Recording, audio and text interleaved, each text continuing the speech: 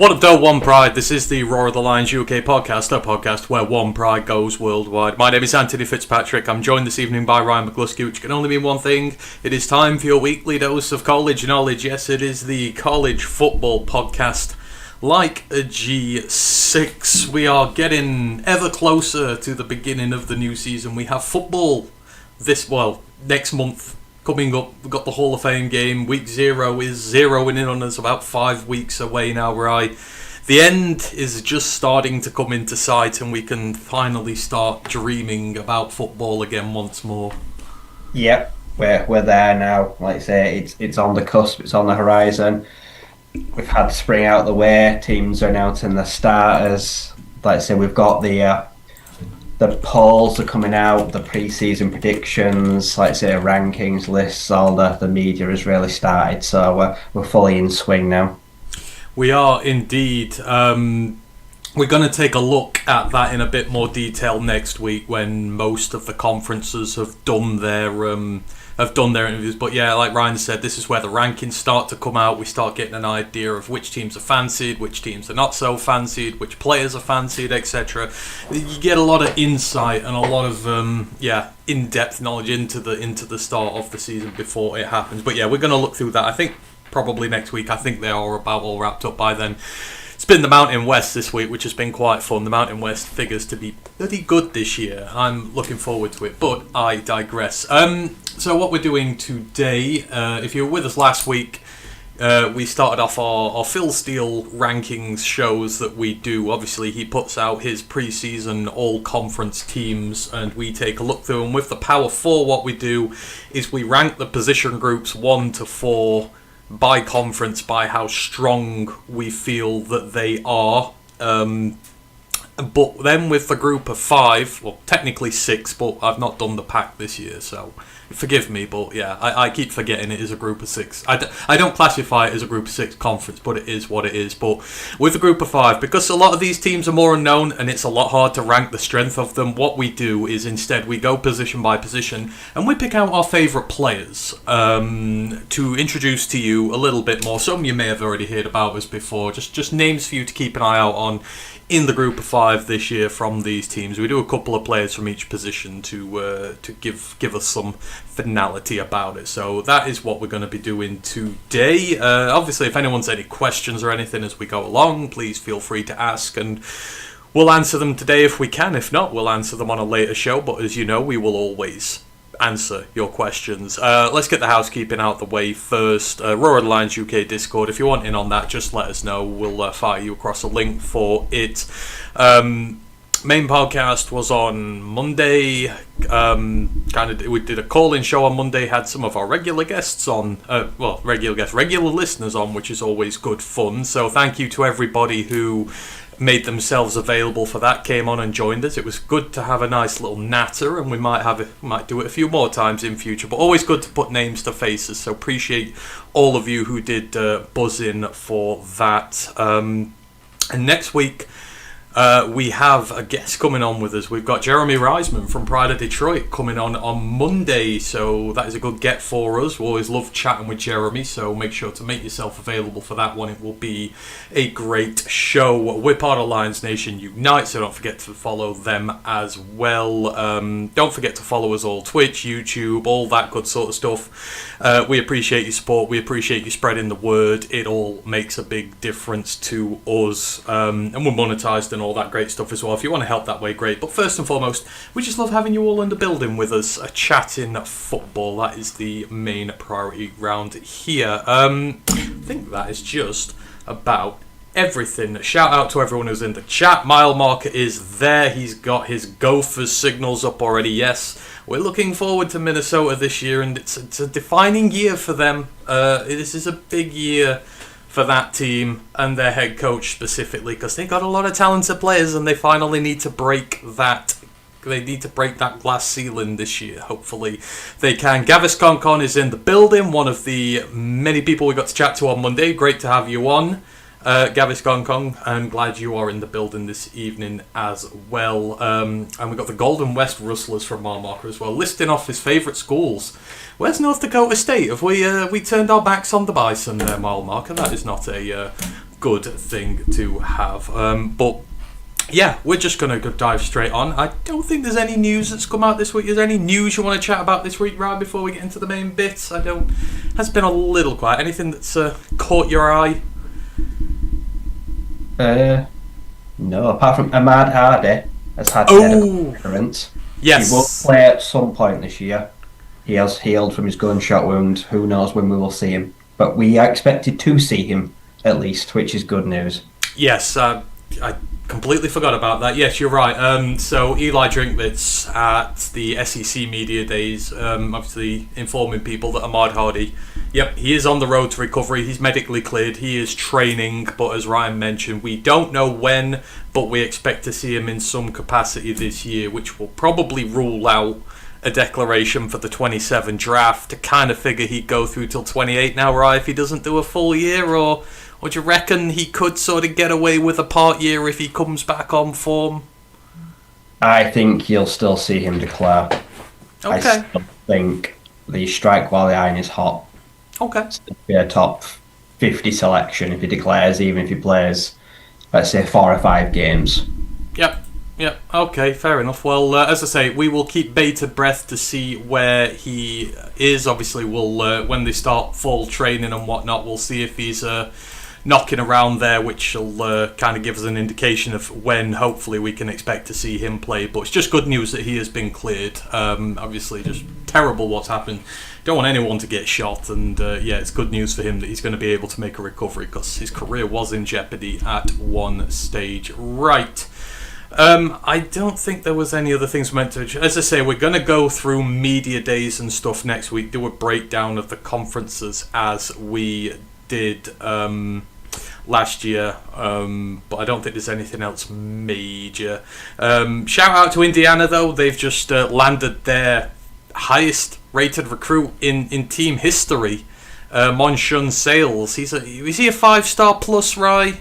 Yeah. He's like 6'6" and 220 pounds. He's in high school, but I mean, you know, just shows you what Signetti, the job he's doing there. Like that is a mega recruit for them. Yeah, like I say, yeah, 5-star plus in the new ranking scale, one of the highest sought after high school recruits at the position. Big bodied, explosive player, had offers from every major program in the country, and has decided to take his talents to Indiana to pair up with Signetti after seeing what he's done with multiple players in recent years and develop them and help them hone their skills. And he will be the heir apparent to Charlie Becker. He will be the next in line this time in a year. He'll have all the eyes of a nation on him. Oh yeah, Charlie, I'm looking forward to seeing so much. They will be in his ear trying to get him to flip, so it's going to be very interesting to see what happens. He's got some downright devilish offers.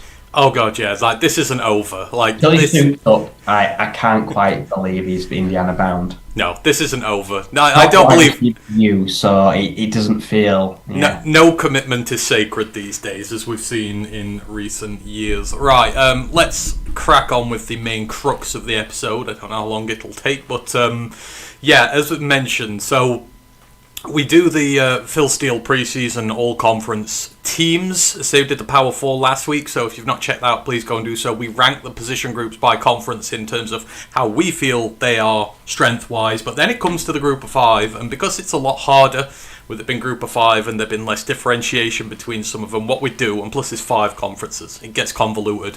We go through the groups and we pick out our favourite players, you know, guys that we want to bring to your attention before the season starts. I'll show you last year's graph to show you how it's done, and then we'll move to this year's one, just because I want to kind of show it how it was and maybe have a tiny little look back at how we did last year. And you know, you win some, you lose some, but let me just find it. Where's my left monitor window? Here we are.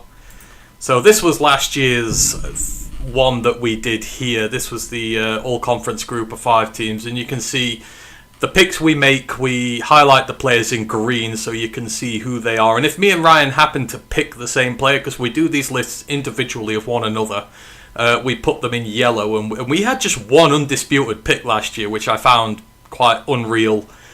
George Pettaway, the running back out of James Madison, who subsequently ended up getting hurt and losing his position on the roster and got like 90 rushing yards all season, so we kind of put the curse on him there, but we didn't do too bad. Did you see Antony Smith there, the wide receiver out of East Carolina? He got drafted by the Dallas Cowboys. You got Santana Hopper, the Tulane defensive end. He got a big transfer to Colorado. Landon Robinson, the Navy defensive tackle, we highlighted him. He got drafted. Deshaun Rucker, the corner out of USF, he is with the Lions right now in training camp, trying to earn himself a spot there. With the safeties, McNeil Warren was a high draft pick. Ty Benefield, the Boise State safety, he got a huge transfer to LSU as well. So we kind of didn't do too bad there, and we were affected by injuries in a lot of cases. Like I say, Pettaway got hurt. Colby Fields was massive on him. He got hurt last year. So you can't always, you win some, you lose some. But that's one of the things about this show. All those names there we brought to attention last year, and these were guys who ended up getting drafted out of the group of 5. So we kind of know what we're talking about a little bit here. But it is as it is. So I'm going to get rid of that, and we're going to go to this year's one. So this is blank, but obviously it is filled in, and we're going to reveal it position by position, and we're going to go through our players here. So are you all good to go, Rye? Yep. All right. We will start with the quarterbacks. Where are we here? And we're going to put them in black. So, we've obviously got 5 conferences we're doing here. I know it says group of 6, but it was just for a title. I couldn't think of anything otherwise. So, but yeah, we've got the American, we've got the CUSA, we've got the Mid-Atlantic, the MAC, we've got the Mountain West, and we've got the Sun Belt. And quarterbacks this year in the pre-season all-conference teams. Out of the American, we've got Owen McCown from UTSA. Out of the CUSA, we've got Caden Creel from Jacksonville State. From the MAC, we've got Brock Lowry of Western Michigan. From the Mountain West, we've got Mika Aliado from Hawaii. And then the Sun Belt, we've got Carlos Del Rio Wilson from Marshall. Ryan, quarterback-wise, who are you taking a little look-see at this year? Because for my money, it's a pretty good group we've got here. I mean, it's Phil Steele's list, so I'm not going to critique him about picking a Jackson State quarterback who I think someone in Delaware should be a little bit miffed that he's not made this year's list. I'm not going to hold that against him, but I'm torn between 2. It's Alejado, but I've been looking at Brock Lowry. Like I say, he had, as a true redshirt sophomore last year. He had a huge impact. Came into the program, started 11 games, very rarely turned the ball over, protected it with just 3 interceptions last year, threw it 63% with 9 touchdowns for 1,800 yards, but had 14 rushing touchdowns and nearly 1,000 rushing yards. At 6'1", 210, he very much is in that build of a Brock Purdy, scamper with his legs, a really good dual threat quarterback. He keeps the minimal plays that are turnover worthy down. He makes plays, extends it with his leg.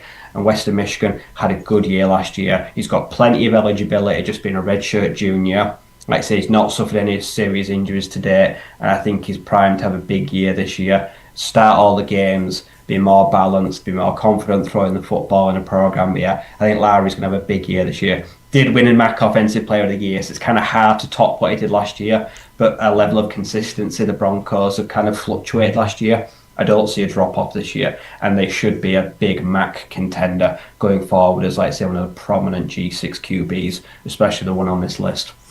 Oh, absolutely. And, these guys need all the attention they can get, even if he's the reigning Offensive Player of the Year. Some people won't have heard of him, but yeah, I agree with you. It was a great season for the Broncos last year, and Brock Lowry did for a first year perform really well. I was also torn between 2 here. I mean, in fairness, I like them all. I like Caden Creel. His ability as a thrower is coming. He's probably the best rusher of all these by a long shot, but his ability to throw is coming out. But it was between Owen McCown and Mika Aliardo. Owen McCown's like a monster for UTSA. He's thrown for like over 6,000 yards, and his touchdown to interception ratio is incredibly good.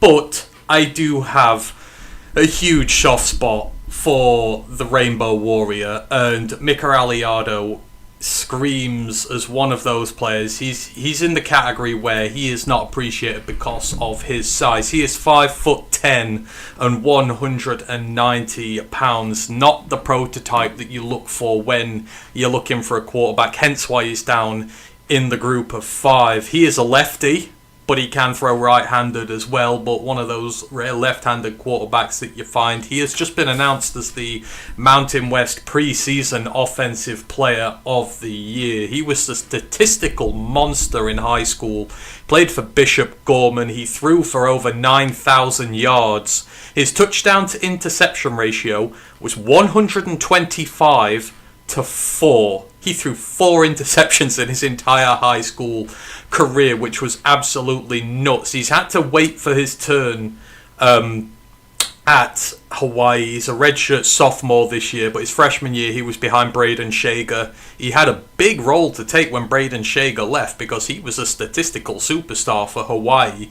He came in as a redshirt freshman last season, supplanted who was meant to be the starter there, and ended up having a really good year. He threw for over 3,000 yards. He threw 24 touchdown passes to 9 interceptions, although 3 of them were in one game. He was quite good on the in his entirety. He led the Mountain West in touchdown passes, in yards per game, in completed passes as well.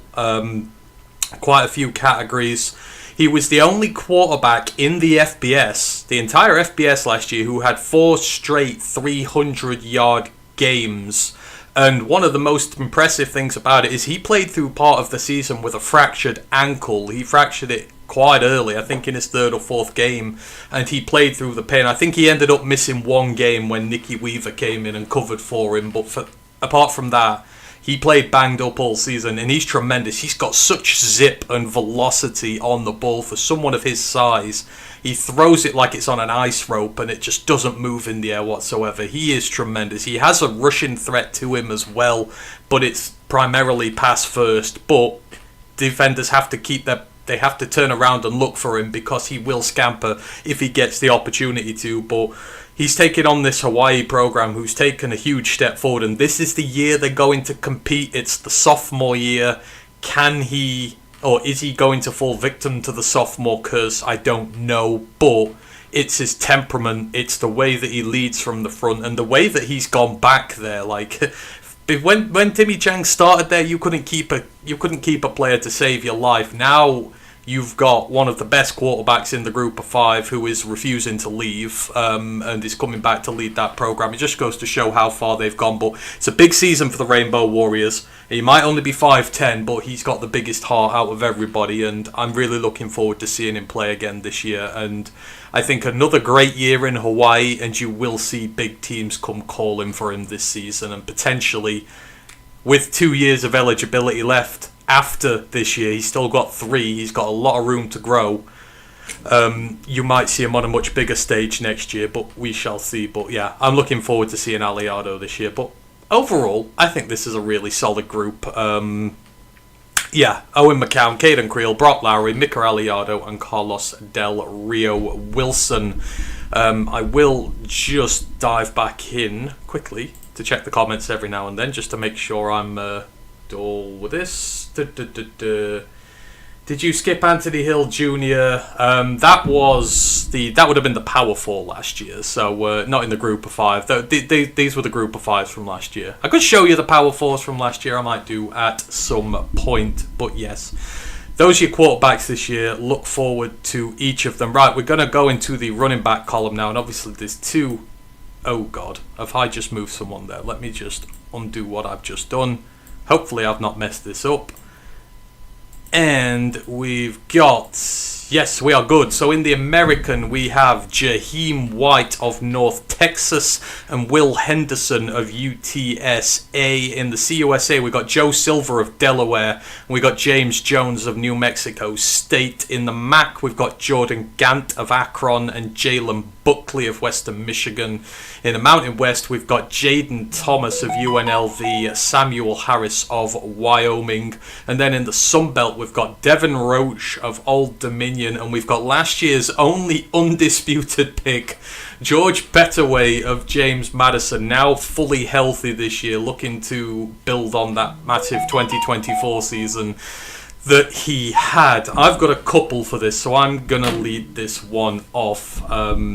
People might know where I might go with this, but the first one I'm going to highlight is Jaheim White down at North Texas, and this has the potential to be something absolutely special. He is small. He is 5'7" and 187 pounds, but he is a transfer in from West Virginia, and this time 12 months ago he was on pace to be one of West Virginia's best ever rushers. Unfortunately for him, a knee injury wiped out pretty much all of his 2025 season, and in his absence other guys stepped up, and when he came back they got into a disagreement about his position on the roster and money for 2026, so he hit the portal, and he is a great power running back, but he's instead chosen to go down to the group of 5. He's joining his old head coach Neil Brown, who recruited him to West Virginia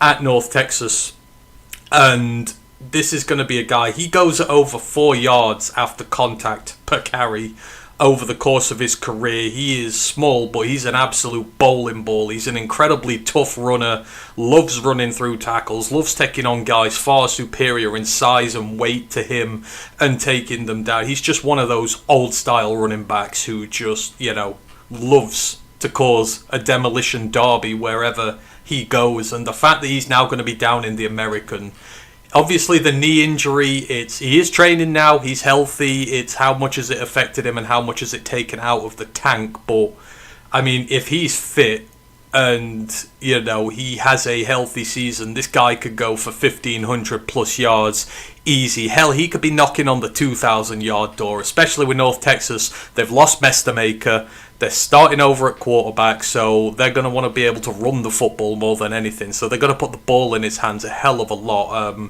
I'm really shocked he went down there, right, to be fair, Jaheim White, but I mean, it's not a bad replacement for rookie freshman in the nation last year, Caleb Hawkins, who's gone. Yeah, makes sense for him. A player coming in with some serious pedigree, filling in a hole that is now, like I say, been left wide open, plenty of carries. Like I say, it's a big stepping stone for the future for him if he can go there in a different conference, for a different program, and make just a big impact. So sometimes timing's just right. He's filling a big hole in an offense that is crying out for a savvy veteran with serious production. He's going to get an immediate, very heavy workload and got the chance to make a big name for himself with a pretty big impact straight away. He does indeed. All right, who have you been looking at in this running back group? Who tickles your fancy out of these?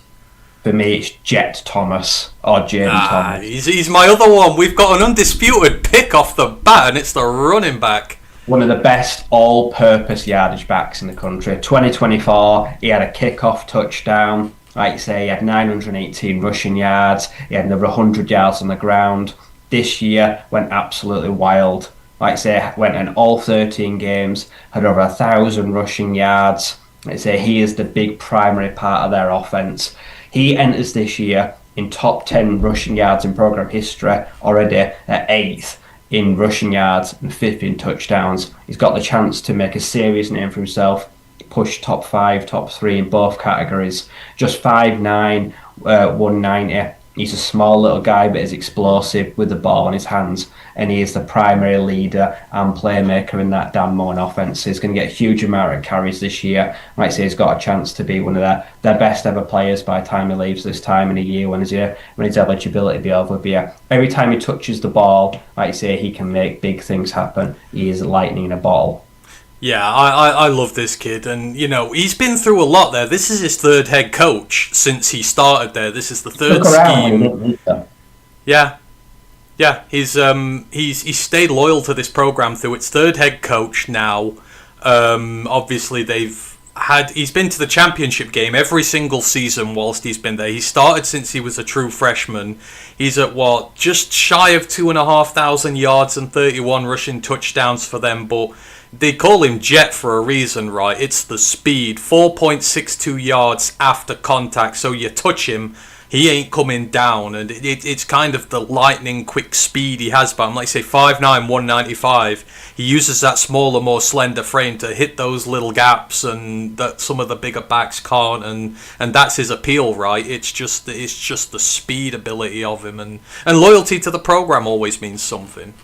Yeah, like I say, stuck around through multiple teams, multiple coaches, systems. They've relied on him. Every coach he's worked with has been part of it. Like I say, he's small, he's slender, but he stretches the field very well. He's got home run speed when he gets out into open space, very hard to bring down. And I think this year will be the year it all comes together. Like I say, they had a good QB situation this year. Like I say, it's been a program of big turnover this year. There's a huge investment, but he still kept his role. Like I say, and he's still the face of the franchise, as it were. I don't see that changing going into his final year. Dan Mullen trusts him, like you say, and they're looking to repeat what was a fantastic year for them, and it starts with this man here.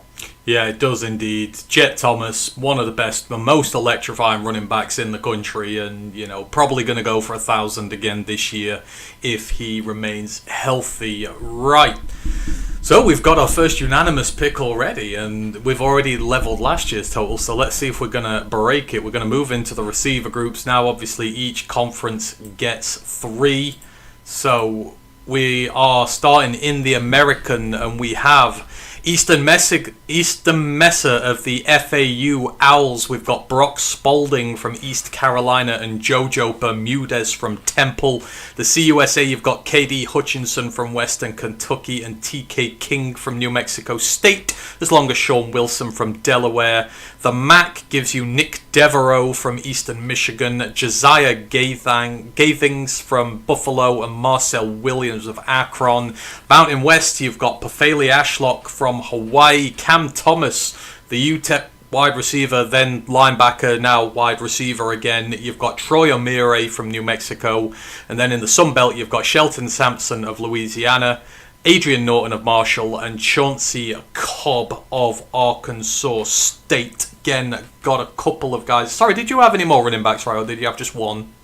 I had a look at Jordan Grant out of Akron. Oh, sorry, go with Jordan Grant then first. Sorry, my bad. You go for it. I'm just giving respect to the little guy, like say Akron Zips.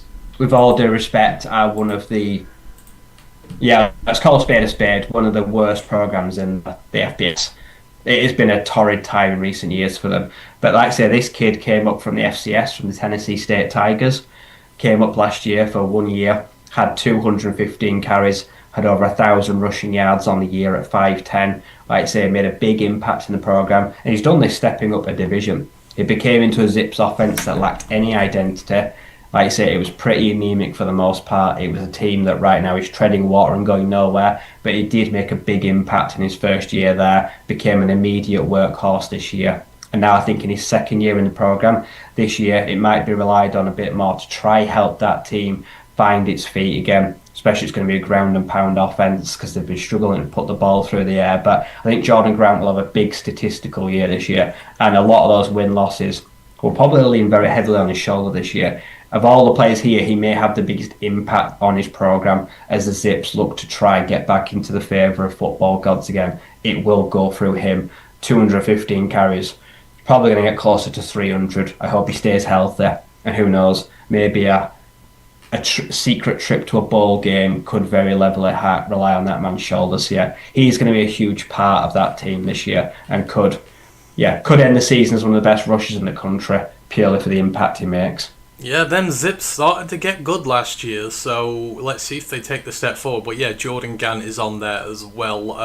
Apologies about that, I completely forgot. So we've got the running backs done. We'll move on to the receivers. We've already listed them out. I'm going to start this one off again, and I'm going to pick a guy who I had last year.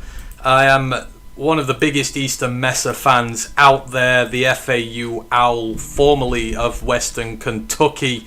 I've been watching him since his Western Kentucky days, and this guy is the ultimate volume receiver. He's 5'9", 190 pounds.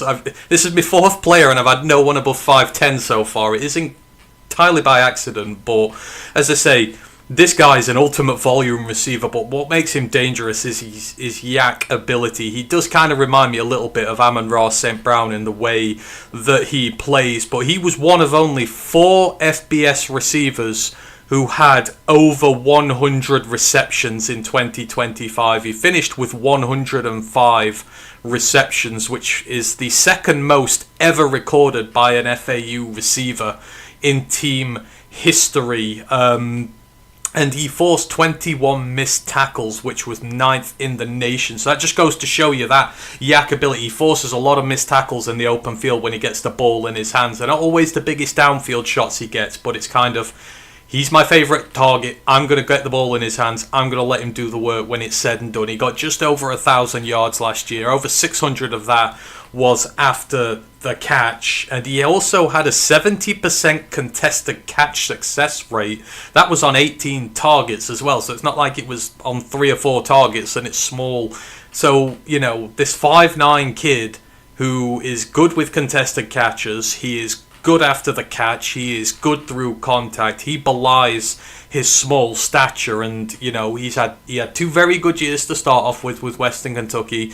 Made the transfer with his quarterback Caden Velkamp, which did help him last year. No doubt having his quarterback go with him, but he took the step towards being a star last year with his first 1,000-yard season, and I expect him to do the same again. Velkamp is back this year for the Owls as well. Messer's going to be his favourite target. You're going to hear that connection called time after time after time in the American this year, and I expect him, if healthy, to put up another 1,000-yard season again. But he's got NFL upside to him. Guys who can get the ball in their hands and who can do really good work after the catch, there is a place for them in the NFL. A lot of teams crying out for them. This guy will have huge draft love going into this year. You kind of, think about the Eastern Washington kid last year. Guys who just get the ball in their hands all the time. Teams like him. Teams will give him a shot. Eastern Mess is going to be one of the next group of 5 receivers to go in the NFL draft, and rightfully so. So I'm really looking forward to seeing his last year here and see if he can go out with a pièce de résistance, get a big 1,000-yard season under him. But yeah, Eastern Messer, FAU, love the kid, watched him for years, fully on board his hype train. Ryan, where have you been looking in this receiver group? I'm also going for another small guy, but even smaller. People, learn the name Chauncey Cobb, because this time of year you will be looking at one of the stars of college football. 5'6", 160. Corey Rucker, one of the best players in Sunbelt history and Arkansas State history, has just left the NFL and rightly got his chance. And this young man is the next heir apparent that's going to lead that Wolves offense. Last year started 12 games, had 800 yards and 2 kickoff return touchdowns. This man is about to fill some of the biggest shoes in the country, trying to fill one of the biggest holes left by one of the most important players in program history. And at 5'6", 160, I think he can do it. I think this player is going to be up there. I'm saying now, this guy will be top 10 in all-purpose yards in the FBS this year. He is going to get that many looks and that many touches. He is going to be the total new focal point in this offense. He is small. He's lightning quick. He's dangerous in the backfield. He's an elite returner, and he's also very savvy and hard to bring down in the open field. He's like a little field mouse. Gets in the ball, great footwork. And he did all that, like you say, sharing the field with one of the best players he'll ever play with. And now, like you say, they've departed. And the onus on this man will be to carry on the legacy of great Arkansas State Red Wolves wide receivers. I think he's going to put up video game numbers this year, whether they win or they lose. Put the ball in this man's hands, and I think this time of year we'll be looking back saying, like you say, he was one of the best, one of the players Phil Steele was absolutely bang on about.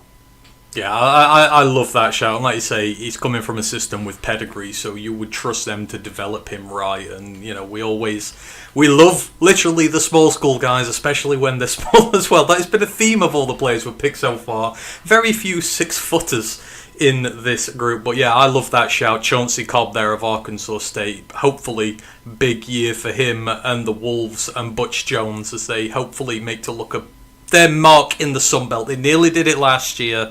They could potentially do it this year. The other guy I've got here, this is another ride or die since he was a freshman, and he has some pretty big issues, but I can work with them.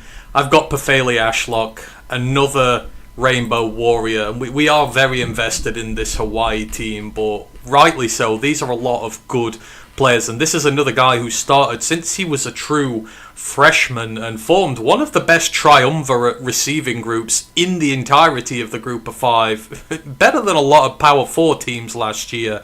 But he is 6'2", 180 pounds, so I finally got a 6-foot pluser here. This is the third down specialist. So his Hawaii career, he's got 2,269 receiving yards, 23 touchdowns. He ranks 8th all-time in receptions and receiving touchdowns, and he's about to break the top 10 in terms of yardage. He's going to end up being one of the best receivers they've ever had, especially as the other two left in the portal.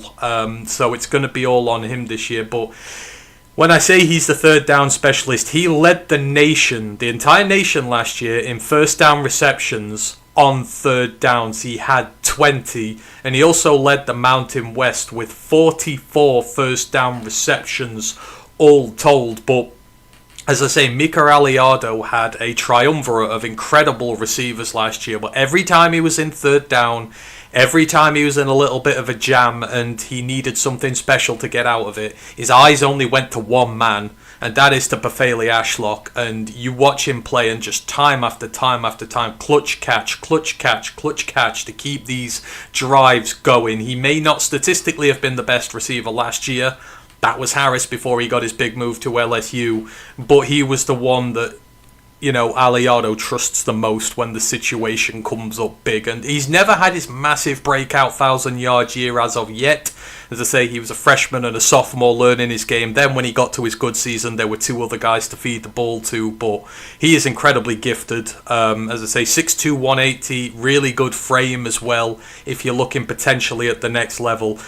The one big problem he has is drops. He has 25 drops in the last 2 years, which is more than some career receivers go their entire career without. But he is a contested catch guy who's in a lot of those situations where you are under pressure. So it's a very alarming number, but with all the other all-round stuff he does, if he can bring those drop numbers right down this year and show that the hands are getting better, that the anticipation's getting a little bit better, then you're going to have one of the best all-round receivers in the group of five, period. And I think you're going to have potential looks from the NFL when all is said and done. Again, third down receivers who just are able to exploit the spaces, find the gaps, and provide a target for the quarterback when they're under pressure are like gold dust, and he's got a skill set which is going to appeal to a lot of people. So yeah, Pafele Ashlock for me. Sort the drops out, and we're in real business here with him. And again, hopefully this is a big year for Hawaii as well. This is where they've got to break the glass ceiling and get back to the top of the Mountain West, and he is going to be instrumental to that. Anyone else in the receiver group we are taking a look at there, Rye? Yeah, Troy Omier. Like I say, I've gone with a big guy, 6'5", 226, but he is in his 7th year. This man has had a double medical red shirt after multiple surgeries.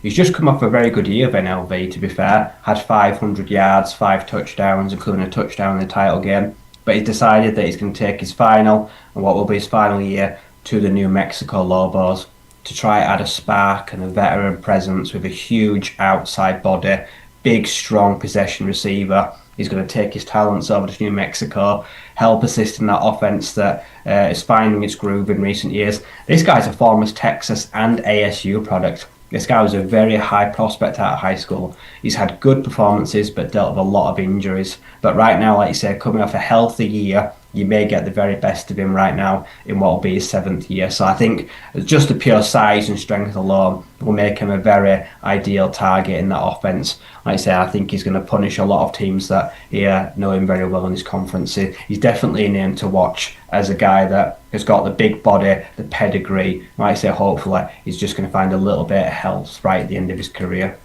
And that Lobos team, I saw the rankings. They're favoured in the Mountain West this year. They're one of the favourites. They were there and thereabout last year. There's a lot of talent on that team. So if you can somehow get a Mountain West title out of it with the Lobos, then that is a great cherry on the end of a career there, for sure. So yeah, I would also give a quick shout out to Marcel Williams as well. We give the Akron love. He came up out of, I want to say it was out of JUCO last year, had himself about 800 yards. That was a good year there for him. Hopefully he can step forward again this year. It's his last year in college ball, but yeah, silently hoping for that Akron team there this year. Is that everyone you've got for receivers, right? It is, yeah. All right, and just to kind of show that we don't show bias to conferences and that, we only picked one player from the Mountain West last year on this, and already in the first 3 position groups this year we've got 4 and we've got a unanimous pick, so we don't show no favoritism towards conferences at this point. CUSA is struggling a little. I like a lot of those guys, but they're just coming up against guys who are a little bit better, but it just goes to show the balance of power can shift. Let me check. I'm just going to quickly come back into the comments, make sure I've not missed anything out or anything's going a bit too fuzzy there. We've got Arkansas State Cool from Mile Marker. Raw Biz is in the chat. He goes One Pride. Glad you are in with us there, Raw Biz. Sorry, just had to get rid of a theme there. Mile Marker goes, like it when JUCO guys get their chance indeed. And you find most of the JUCO guys down here in the group of 5. Right, let's crack on then. Say if anyone's got any questions or comments as we go on, just let us know and I will come back to them when we get there. Right, we're back in and we're going to tight ends. Yeah, I know who the tight end is going to be, and I know you know who I'm going to pick. Well, I know who you knew you were going to pick, so I deliberately picked someone else for the sake of trying to, spread the love a little bit. I have some bias. And I knew who it was going to be, so I've deliberately, this is the one pick I've made where it probably wouldn't have been my first pick, but I thought we need to talk about more than one person in the group. So we've got the tight ends here. We've got in the American, England's own Peter Clark out of Temple. From the CUSA, we've got James Resar from the FIU Panthers. The MAC, we've got Joshua Long from Eastern Michigan. From the Mountain West, we've got Cade Keith of New Mexico.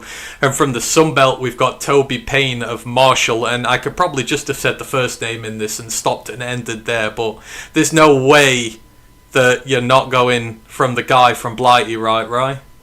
No, like I say, there is bias as a fellow former Britball player, but to be fair, this guy is actually one of the highest NFL prospects rated at his position next year as well. Clocking in at just over 6'5", 265, expected to run under a 4.7. He is a proper inline blocking tight end.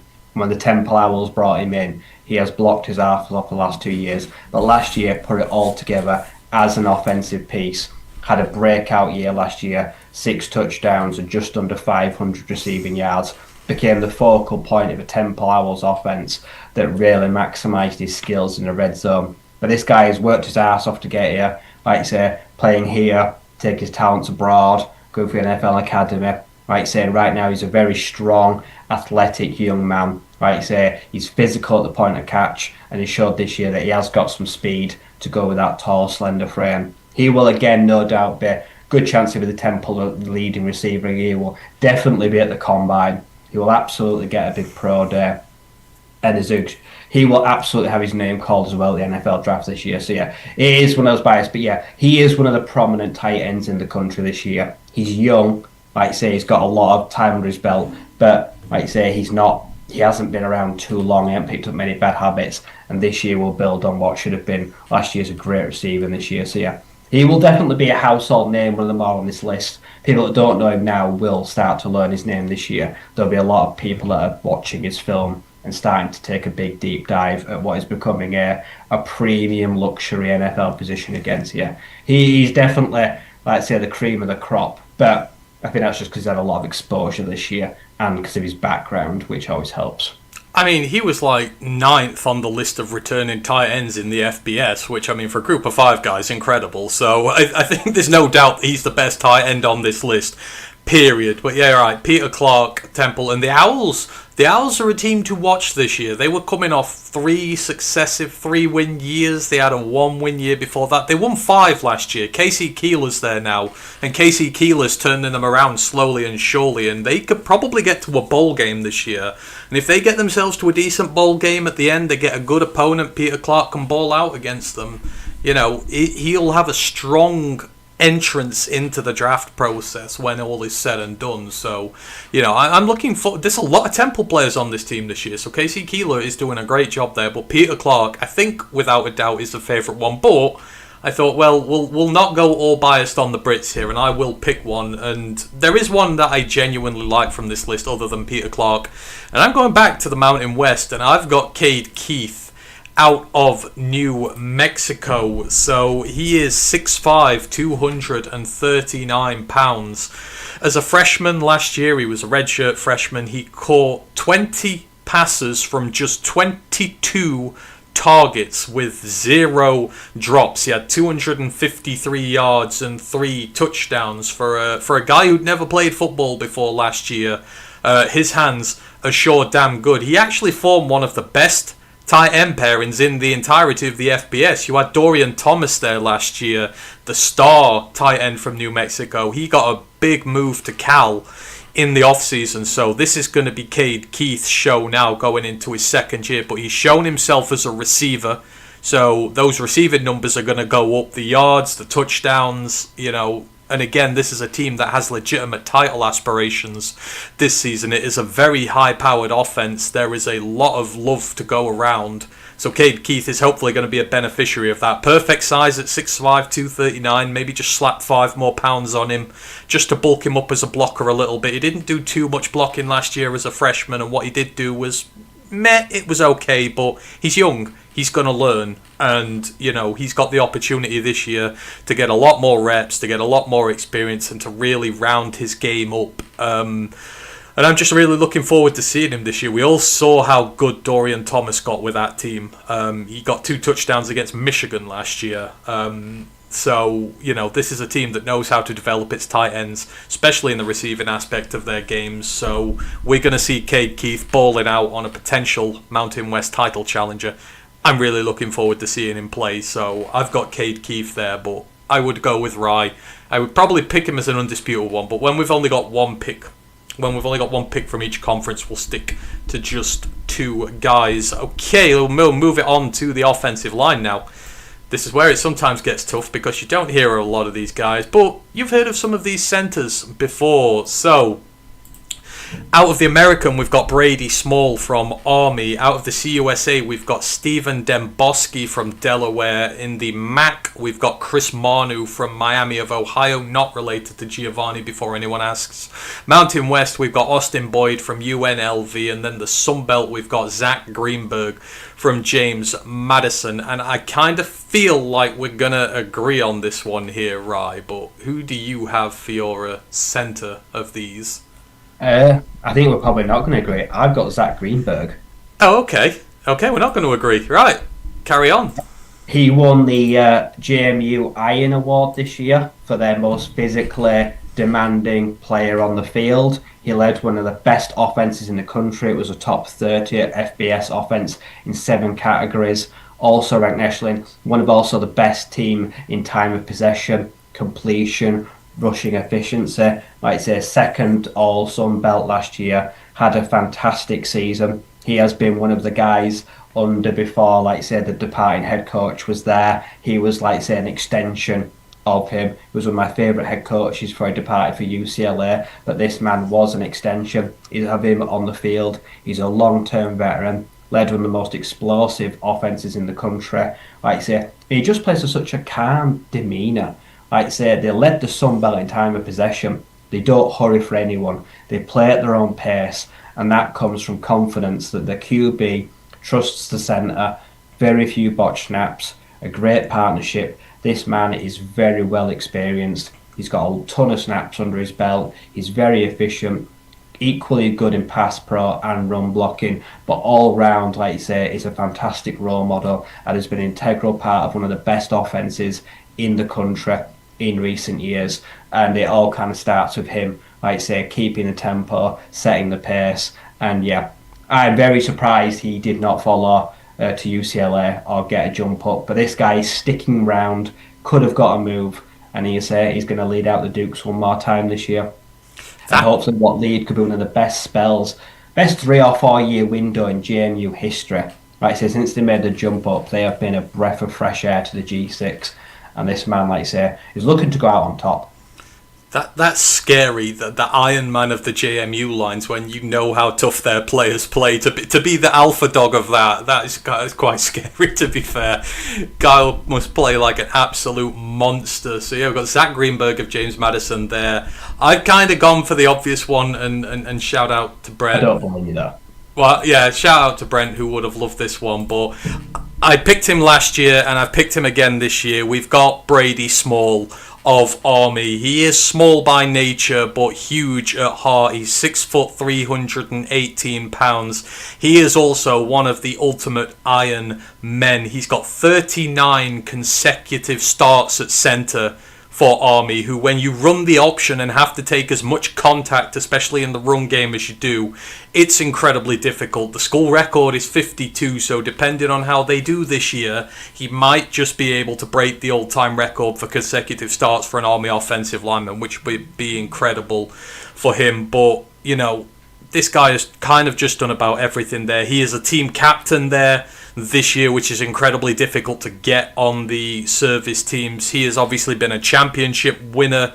He's won the American. He's part of the only ever Group of 5 offensive line which has won the Joe Moore Award for best offensive line in the nation. It just never happens, but Army did it 2 years ago, and Brady Small was the anchor point of that group. And you know, just year in, year out, you will struggle to find a more balanced center in college football, even in all forms of the ranks here. He has just been Mr. Dependable since day one, and you know, they've become a little bit more of a throwing team in recent years as well. So his arsenal as a centre, you know, not just lining up under centre all the time, you know, dropping back, you know, doing all the different types of snaps and that. He's got the all-round game now, which he wouldn't have had a couple of years ago because they'd have just ran the football all the time. But you know, it's the fact he's still here and doing well. It's going to be the last year. Army are going to be all the much poorer without him in 12 months when he goes. And I'd like to think he's got an outside shot of making a roster in the NFL. I doubt he'll get drafted, but someone will take a chance on him because I think someone will just love his tough Iron Man mentality and the leadership that he brings. So, yeah, I've got Brady Small here for the second year in a row. I think he's tremendous, and I look forward to seeing him once more line up for the Black Knights. Right, let's move on to guard. So we've got 2 from each conference. From the American, we've got Brandon Best of East Carolina and Eric King of Temple. From the CUSA, we've got Lance Johnson of Jacksonville State and Antonio Tripp of FIU. From the MAC, we've got Gavin Darbo of Western Michigan and Hunter Whitenack of Western Michigan. From the Mountain West, we've got Malik Aliani from New Mexico and TJ Tarascio from Air Force. And then the Sun Belt, we've got the wonderfully named Jalen Slappy from Marshall, and we've got Tyler Brown from JMU. Where have you been looking at in regards to the guards, Ryan? I am going with, like, say, when I think of interior offensive linemen, I think of service academies. So first up is TJ Tarascio, the Air Force Falcon, playing 11 games this year. Like I say, the season was up and down, but when you look at them a whole as a unit, like I say, led the conference and ranked 3rd nationally in rushing with 261 yards per game, like I say, last year. And that does say a lot about the interior of that offensive line. Even in, let's say, games they don't win, their bread and butter is to run in between the tackles, These guys do a great job of forcing holes. TJ is very experienced, 6'3" senior. Like I say, he's a big man. Like I say, fewest penalties, penalty yards per game in G4. So these as a unit and him collectively very rarely see much laundry. They're so well disciplined. Obviously that comes from, like I say, also training to be in the Air Force. But these guys, especially this guy here, incredibly well disciplined. He's physical at the point of attack.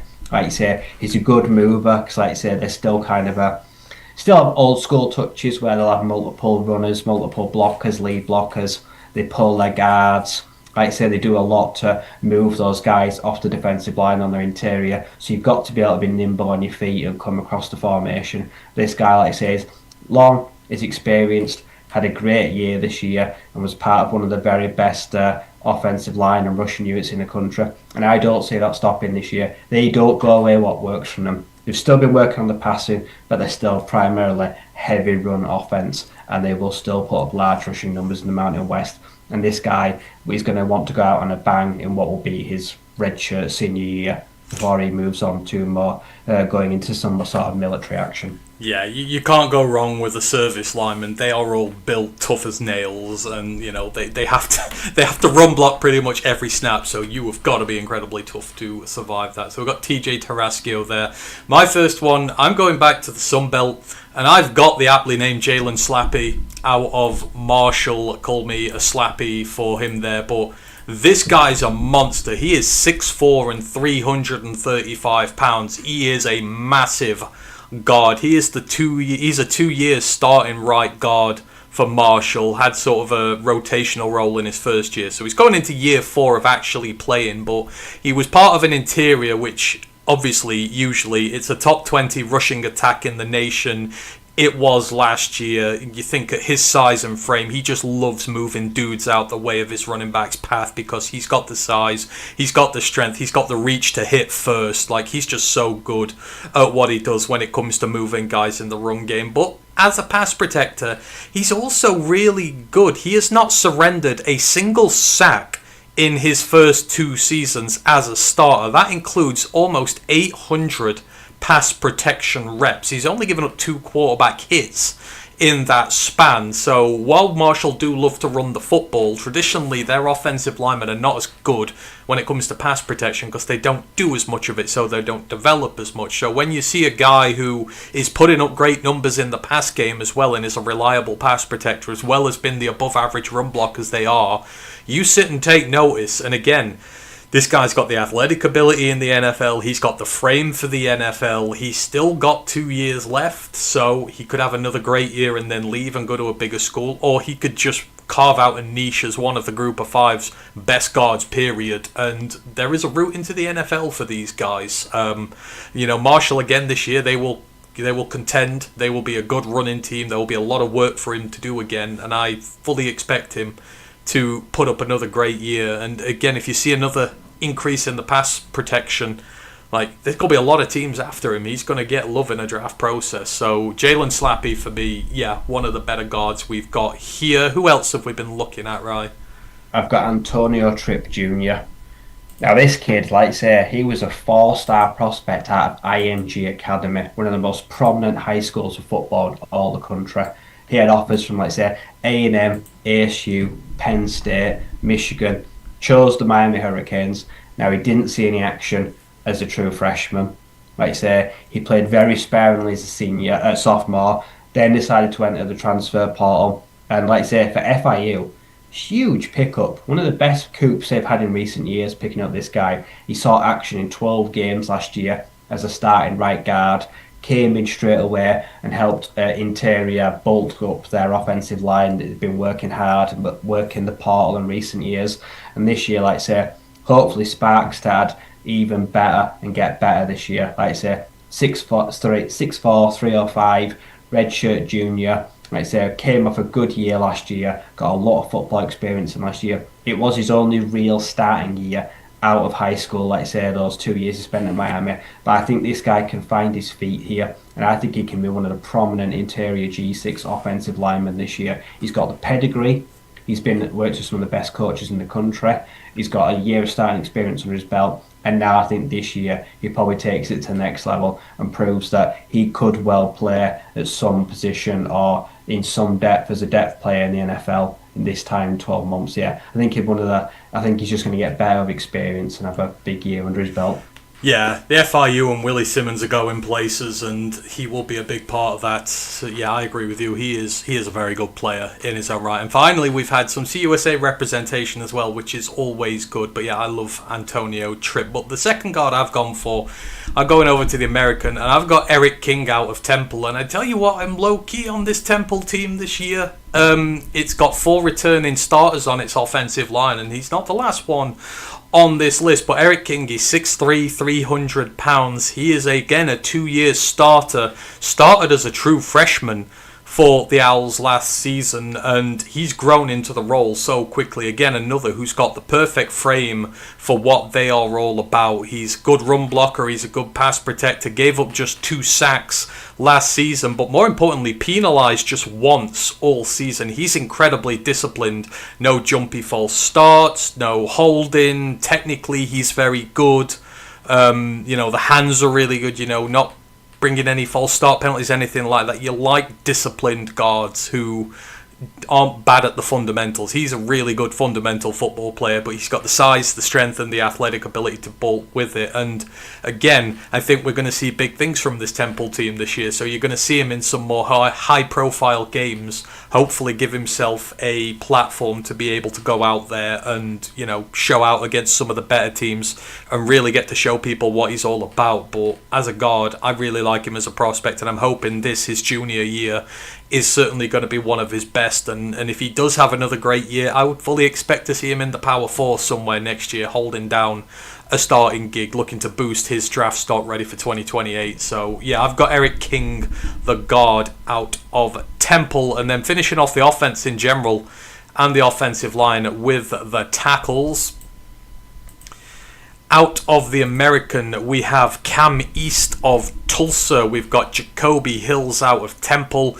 In the CUSA, we've got Nikola Milovac from Kennesaw State and Karsten Upchurch from Western Kentucky. From the MAC, we've got Chad Schuster from Western Michigan. Western Michigan, 3 picks on the offensive line. That goes to show where it all is this year. And then we've got Evan Malcore from Miami of Ohio. They make the other 2 picks, so just 2 teams representing the 5 guys in the MAC there. We got Jack Foster from Nevada and Dean Brisky from Hawaii representing the Mountain West. And then we got AJ Vinson from ULM and Hayden Christman from Louisiana Tech. I keep wanting to say Hayden Christensen and I can't. But yeah, tackles right. Finishing off the offense, who are we looking at in terms of tackles this year? I think it's only right that we go international again, and I'd expect this man might be one of the only actual Serbians to play in the FBS. I can't imagine many have followed in those footsteps. But Nikola Milovac, hometown, I'm going to butcher this, Indigia, Serbia. I think that's how it's said. But yeah, 6'6", 317, redshirt junior. Like I say, this year, the Kennesaw State Owls were able to put the same 5 starters out in 13 or 14 games. They were that healthy, and this man led from the front. He's an absolute behemoth. This unit put up 2,200 rushing yards and 3,400 rushing yards, like I say, and they allowed the second fewest sacks in the season in 17. So this guy here is an absolute behemoth. He moves incredibly well. He's very well experienced. Like I say, he's only coming to his redshirt junior year though. Like I say, did previously, go through high school in America from Clearwater Academy, then did go on to play for the South Florida Bulls as a redshirt freshman. Did well there as well. He played 9 games as a redshirt freshman at high school, so he has come on through the ranks. Like I say, moved to America when he was young. His parents have worked very hard. And last year was the culmination, like I say, where the Kennesaw State Owls were one of the biggest surprise packages in all of football. And this man, like you say, has got a potentially very bright future. He's learnt the game of his year, harnessed his craft, and this year, like you say, they've got something to defend and one of the best offences in the G6. And this man, like you say, is getting better every year, and hopefully, like you say, will be part of a unit that can play every game again together and just increase that cost friendship. Yeah, but this man has done incredibly well to pick up football playing in Europe, like I say, make his way to the States. And now, like I say, he's a prominent player, like I say, and has got maybe a sneaky international pathway player. I say international designation. I'd be very surprised that him being Serbian doesn't mean he latches onto the NFL somewhere. They find a designation to keep on the practice squad because he deserves the chance to carry another international football flag moniker. So we're watching him very brightly this year. Like I say, in a year where he could declare for the draft next year. There you go. Current CUSA champion Nikola Milovac of Serbia. My first guy here, moving over to the Sunbelt, and I've got AJ Vinson out of Louisiana Monroe, and I love this kid. Like, we love the Louisiana Monroe program. We stand for them here. Brian Vinson, everything he is doing there. AJ Vinson had a great year last year considering where he came from. He's 6'5", 305 pounds, good build for a tackle. He transferred in from Garden City Community College at the start of 2025. So, kid out of JUCO. He took that Louisiana Monroe right tackle job on day one. And what a first season that he had. He gave up just 2 sacks on the season. He gave up just 8 total pressures all year. That is all pressures. That is including hurries, and that is in a Sunbelt which has a lot of good pass rushers and a lot of good defensive linemen, and making the jump up from JUCO to the FBS and to be able to just so seamlessly get into that line. He was one of the best offensive linemen on that team in general, but he held that right hand side down and nobody really took it over him, and he's just going to grow. This is his 4th year, it's his senior year, a lot of experience down in JUCO, a year of experience in the Sun Belt now, and I'm hoping that the Warhawks are able to carry on moving forward this year, because they had a little bit of a down year last year after their recent resurgence, but they're still competitive in that Sunbelt West. I would expect him hopefully to have a bounce back, and he will be a big part of that offensive line which will keep their quarterback nice and upright. But AJ Vinson, good size, good pedigree, just taken like a duck to water to the Sunbelt. I really like him, and I'm hoping that he builds on it this year. And again, potentially someone who might outside see some love in a draft process if he can show that, last year wasn't a fluke. So, yeah, I'm looking forward to seeing what Vincent does in year 2 at ULM, but rightfully on this list. Who else have you taken a look at tackle, Rye? I've got Hayden Christman, the kid from Louisiana Tech. Now, this guy, Alexandria, LA, so I believe that makes him a hometown kid. This is his hometown state. And he has been an LA Tech Bulldog through and through. Out of high school, as a true freshman 2023, played in 2 games, but then did redshirt. 2024 as a redshirt freshman, played in all 13 games, started 11 of them at right tackle, helped an offense that had 223 passing yards per game in 2024. Like I say, and also had 700 rushing yard games while I was at right tackle. This year, like I say, started all 13 games at left tackle. So we've seen him play 11 starts at right tackle and flip to left tackle, which is very impressive between seasons. 6'6", 330. He is a big boy. He eats a lot. Like I say, he's a bruiser. But to show that versatility, to flip between both sides while making 11 starts, is incredibly impressive. There were 4 300-yard rushing games this year, while he was picking up the most important position on the offensive line. Like I say, they also had the second best rushing attack in the CUSA, 195 yards per game, which also ranked them in the top 30 this year. So this kid has gone from, like I say, strength to strength. He's now solidified himself as a left tackle. Will hopefully play all 13 plus games again for the Bulldogs this year, but he's got a lot of football under his belt for a guy that's just a redshirt junior. I think he's definitely a guy to watch at the draft, purely because he's played so much football and played left and right tackle with, like I say, already nearly just under 30 starts under his belt. He could be looking at well over 45 starts, like I say, if he goes through. Definitely a guy you'll see at probably the Senior Bowl, the Shrine Bowl, may get a combine invite purely, like I say, because of his football experience. The Bulldogs have had favouring fortunes in recent years, but this guy has been a long-term stalwart and has proven, like I say, that he is capable of playing all positions on the offensive line across the board and to a very high standard. There we go. We've got both tackles from the Sunbelt, and we got 4 of their 5 altogether. So digging the Sunbelt offensive line.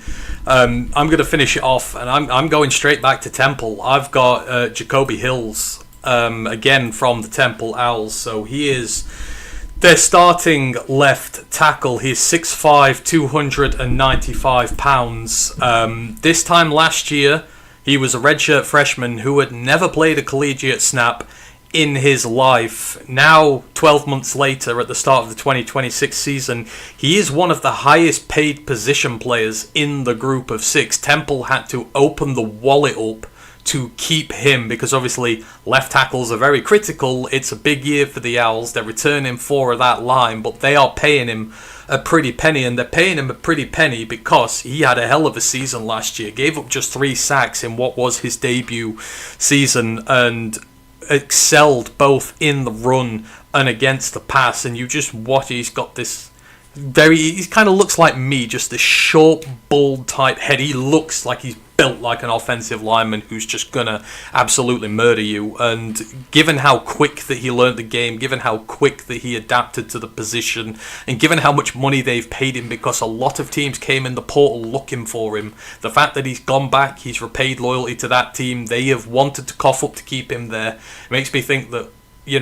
this year 2 of KC Keeler, Temple are one of the teams we're looking at has been a real big breakout story this year who people have not been looking at. And if he's going to front that from the left tackle spot, there's going to be a lot of people knocking on his door next year, and Temple probably will not be able to afford him. So I have no doubt you're going to see this guy at a Power 4 team in 12 months' time if he does really well. And if it's your Power 4 team that gets him, you're going to have a hell of a player on your hands if he keeps developing at the rate that he does. So, yeah, it's just been a meteoric rise for Jacoby. And, again, just hoping beyond hope for that Temple team this year that they get it right, because Keeler's a born winner. And if he can make it win there, then he's going to get a massive job somewhere when it all is said and done, because it's just been very difficult to win at Temple in the last few years. Right, that is the offenses done. And looking at this, We're digging the American, the Mountain West, and the Sunbelt this year, right? We didn't dig the Mountain West at all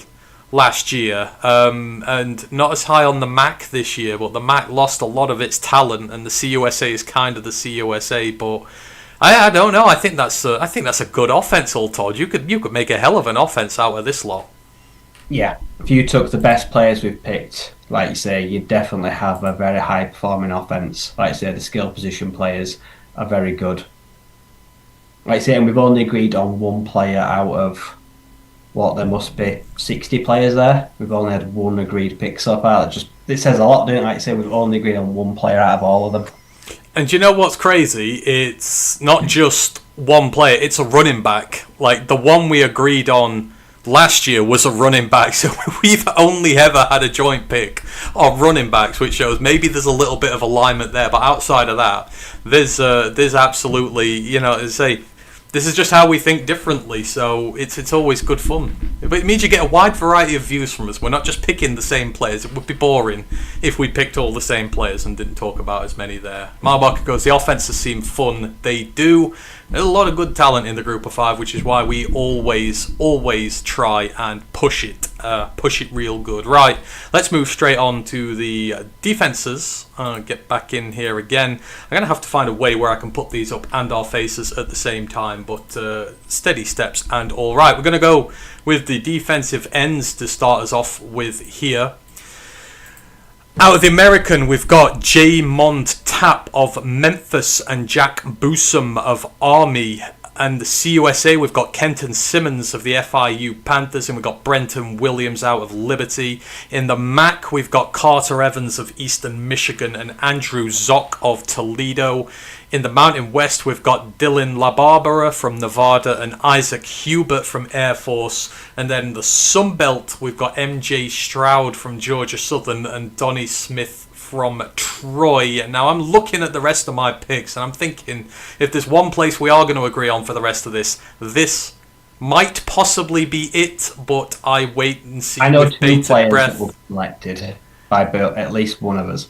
Yeah, the regular listeners of the show should definitely know one of mine, but I'm intrigued. Some of them are mine because I mentioned him from the FCS. Yeah, I think we're going to agree on this one. Who have you got first? Who you want to mention? I mean, we've got one of the biggest transfers from the FCS to their whole FBS. We've got Andrew Zock, obviously, I'd say one of the nation's best pass rushers. He just left one of the best defences in the country in the Mercer Bears, and casually, like I say, had just 11.5 sacks and 2 forced fumbles last year at just 6'2", 250. Like I say, he's coming into a true junior year. This kid has got at least 2 more years to play if he wanted, depending on injury, maybe 3. He has been an absolute revelation at the SCS level. He's turned the Mercer Bears into one of the most feared defensive units in the country, and it's the perfect time for him to come up. Like I say, the Toledo Rockets, they have been one of the premier MAC teams in the country in the recent years, and they're getting a real one this year. A proper pin his ears back, 4-point stance like a grizzly bear, hand in the dirt, or 2-point stance off the edge, a pure pass rusher that brings violence in a small, compact, physical, explosive body. Immediately becomes their most dangerous man on defense. This guy has proven a prominent knack for getting after the quarterback in recent years, and makes no shy of it. He's coming up. He wants to make a big name for himself, and he has already got a lot of eyes on him towards the draft. A lot of them are already looking as the next small school big rusher, and we've seen a lot of them in recent years that have made their way into like top 40, 50 picks in draft. And this guy will look at himself and think he's no different. So the Toledo are getting already a household name this year. And he won the 2025 Buck Buchanan Award as the best FCS defensive player in the year this year. This guy had a lot bigger options, I think, when he hit the transfer portal. But I think he's looking at the quickest route to success. And I think that's making a big name for himself in the G6. And then, like I say, maybe either hitting the portal again or straight to the draft is potentially, like I say, a solid, like maybe a round 2 pick if he goes up and replicates that. And there we have it. 2 undisputed picks. We've broke our record from last year. I do have Andrew Zock as well. I can't really add much else. I mean, how his career's just been amazing. He was 4th in voting for FCS Freshman of the Year in his true freshman year. As Rice said, he won the Buck Buchanan this year. 101 quarterback pressures in 2 years. I mean, not blowing smoke up his arse too much, right? But he could legitimately end up this year as the FBS sack leader, couldn't he, on that Toledo team? He could easily get 15, 16 sacks this year. He will have a real chance of being a top 5 sack player in the FBS this year, no doubt. Like I say, if he passes that 100 pressures, like I say, gets, let's say, 4 forced fumbles, we're talking about a guy that could be, if you put him in the linebacker award, could be like a Bronco Nagurski candidate this year. He could well be in contention for those kind of awards. Oh yeah, I think we're potentially looking here at someone who we're going to be talking about come the pre-season awards time that we do. I'm just trying to think. So, the single season sack record for Toledo is 13. I mean, that feels like that's going to... I'm very surprised if he doesn't pass that. I feel like that's probably it. I mean, their team sack record is 31. If he's there 2 years, in 2 years he could probably break that sack record for the school in general. But yeah, I think that Toledo sack record is definitely in danger. So yeah, I've got Andrew Zock as well. I'll move on to mine. Go on then. Who do you think I've got on here? You've got LaBarbera. See, he does know me sometimes. He does. I do have Dylan LaBarbera. Tremendous last year, like I say, he's definitely, like I say, a name to watch. Yeah, he is. I do have Dylan LaBarbera on here, and he's kind of one of my favourite types of edge rushers. He's a small edge rusher, and this goes back. It's not that I like small edge rushers. It's just that I like edge rushers who end up being small for whatever reason. It's a pure coincidence. He's 6'1", 248 pounds. He's going into his junior year, and as I say, he's kind of one of my favourite types of prospects. He's undersized, heavily disrespected when it comes in terms of draft chatter, works harder than anyone else on this team. So he was a non-recruited prep player. He had to go the JUCO route. So this is another JUCO player. He went to Butte to start off with, which I believe is where Aaron Rodgers is from. And even after he had a really good season at Butte, he got just one scholarship offer from the FBS on the back of a sensational JUCO season, which was Nevada. Now, he's had to wait his turn.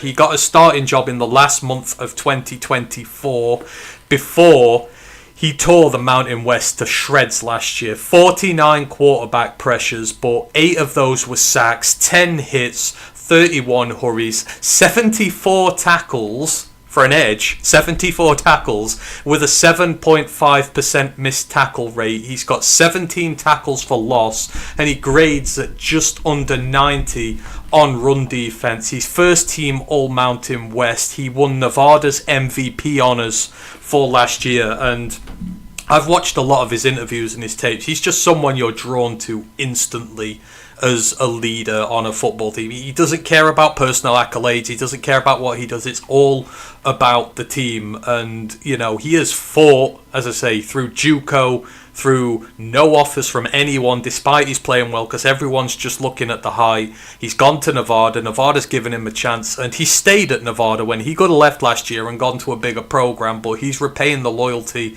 that they've showed to him, and he's going to break out again. I think he's going to have a massive year in the Mountain West. Smaller edge rushers can thrive in the Mountain West. We've seen it at SDSU in previous years, all the 6'1", 6'2" guys who've come out of there who've just absolutely been sensational. This Nevada team's been in the dumps.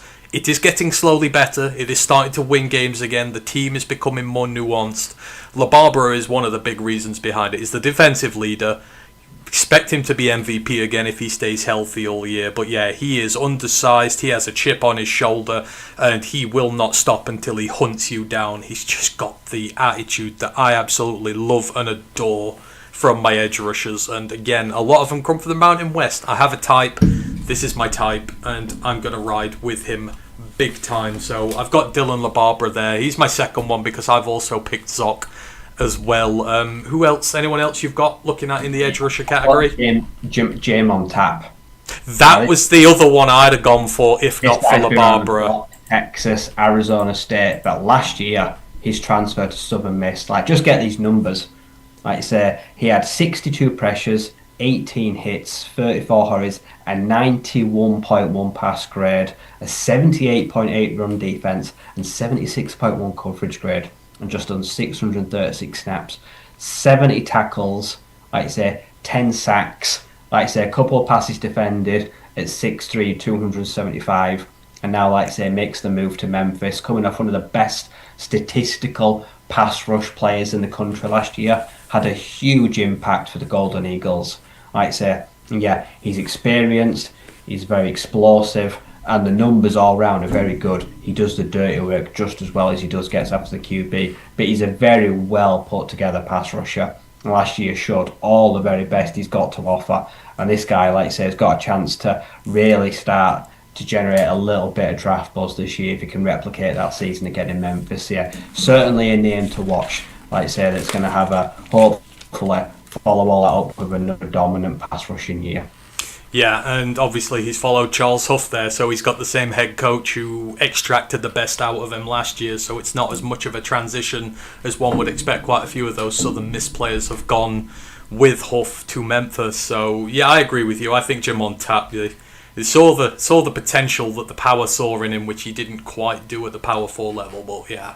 He's coming off a big year. He's probably just going to get bigger and better. And that Memphis D-line has knocked out a lot of good players in recent years. It's a good school when it comes to D-line play. I expect him to go nuts there as well. So yeah, I do agree with you. Jame on tap is certainly one to watch out for as well. But there's some good rushers in there. Shout out Isaac Hubert as well out of Air Force. He is a very outstanding senior this year. So keep an eye out for him as well. But we're going to move on to the DTs, the D tackles.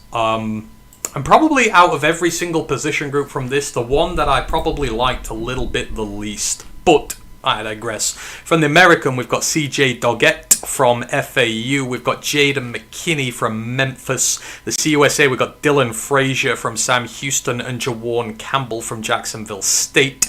In Mac, we've got Eric George of Bowling Green and Thomas Aiden of Kent State. The Mountain West, we got Brian Booker out of New Mexico and Keenan Wilson out of North Dakota State. First shout out for a Bison for you, mile marker. And then Sunbelt, we've got Kells Bush from James Madison and Chris Forbes from Old Dominion. Ryan, where are you starting? And I have an inkling of a suspicion where you might start. I'm starting with Kells Bush at JMU. Now he's not flashy. Like I say, he doesn't have huge stats. Like I say, but he's a redshirt senior. He's incredibly experienced. Like I say, he's been at LA Tech for a couple of years. Had a couple of seasons under his belt there. Played in 14 games across 2 seasons. This year, like I say, featuring is at 8 games in his first year at JMU. Was part of a very strong defensive line. Showed versatility, moving up and down that field. It was a defensive line that could get to the quarterback very handedly. They racked up sacks in recent years, and he was one of those Parcel guys this year that did a lot of the dirty work. Like I say, 6'3", 300 pounds on the interior. Like I say, only had a few tackles. Like I say, he's a great space eater. He's a good run blocker. Like I say, it helps collapse the middle. Like I say, he does a lot of the unselfish, gritty work. Like I say, he spent 4 years college football now. Hasn't got a sack to his name, but it was very important to what they wanted to do last year. Very well respected on the team, and I think he'll do a lot of that this year again. Like I say, he creates opportunities for other players. He's a guy that, like I say, he's big, strong, he's versatile, he's very unselfish. I think it makes him a really strong part of what they're trying to do there, and I don't see that changing this year.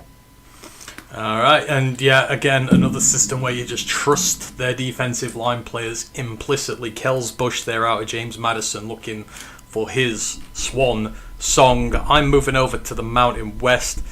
Now I've got Brian Booker out of New Mexico, and again showing a little love to this Lobos team this year, but he's one of those, again, that I have a type at DT, and he's the type I like. He's 6'3", 325 pounds, basically a carbon copy of how big a Lee McNeil was in college, but he was a Texas Southern transfer who came to New Mexico at the start of last season, had a good couple of years at Texas Southern. Always known for his run defense. He is kind of a bigger space eating nose tackle type, but he has a pass rush ability to him, which you're just starting to see a little bit more. Ended last season really well, had 3 sacks in his last 4 games. That New Mexico team last year set a single season sack record for the team. They had 36 altogether, and they're returning quite a bit of that front 7 this year, and Brian Booker was one of the integral parts behind that. First stopping the run, putting them in situations to go rushing the passer, and as the season went on, that pass rush ability, they allowed him to get loose a little bit.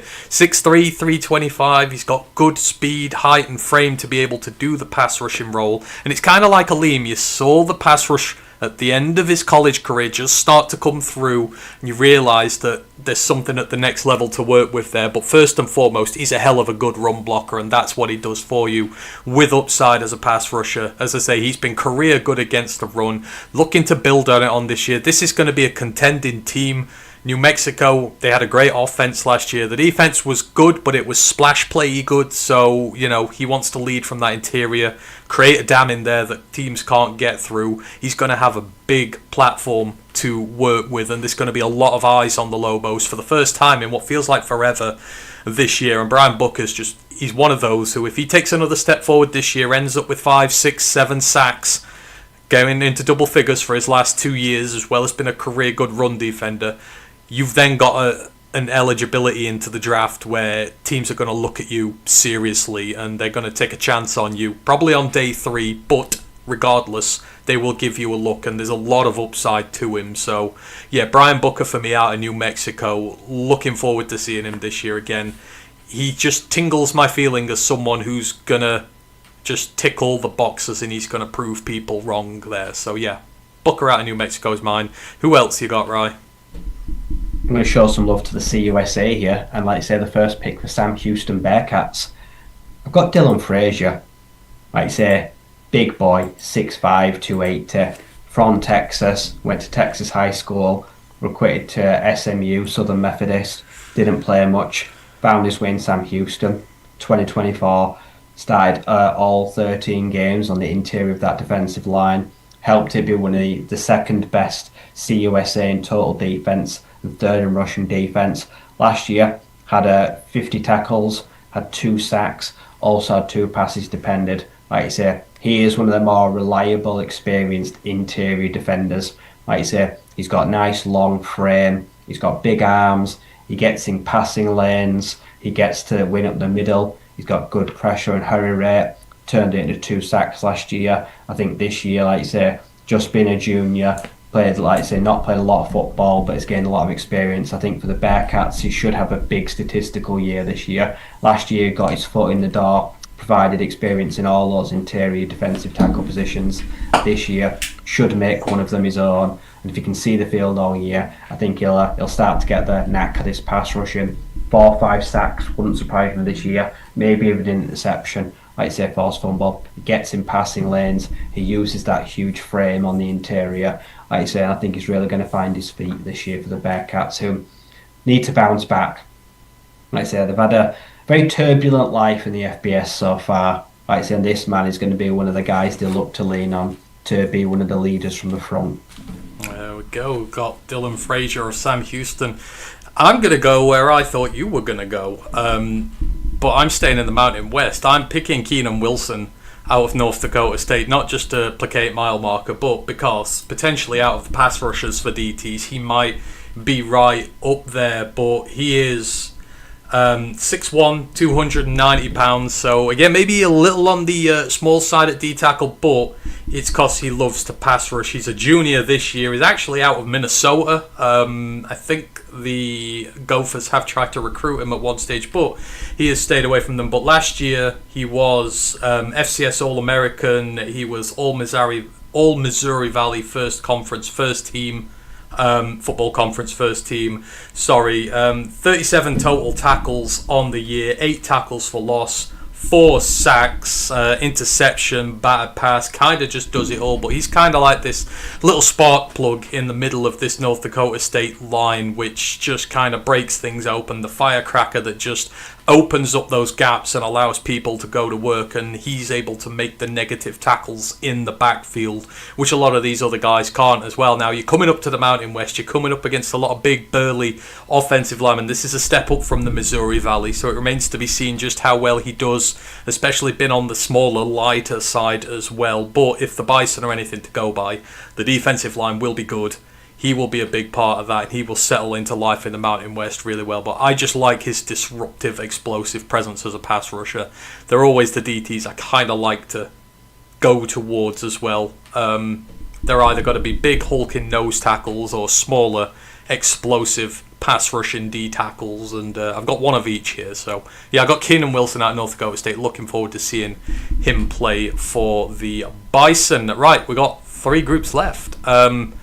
We've got linebackers now, and there's 4 for each, so it's a free-for-all of who's who you're going to pick here. If we overlap, I would be shocked. In the American, we've got Leon Hart from FAU, we've got Mike Montgomery from Memphis, Chris Rogers from Tulane, and Ian Foster from Memphis. The CUSA, we've got Josiah Taylor from FIU, Barron Hobson from Kennesaw State, Max Sanders from Jacksonville State, and Gavin Maul from Delaware. From the MAC, we've got Tyler Martin from UMass. And then everyone else is from Miami of Ohio. We've got Malcolm McCain, Blaine Myrick, and CJ Young.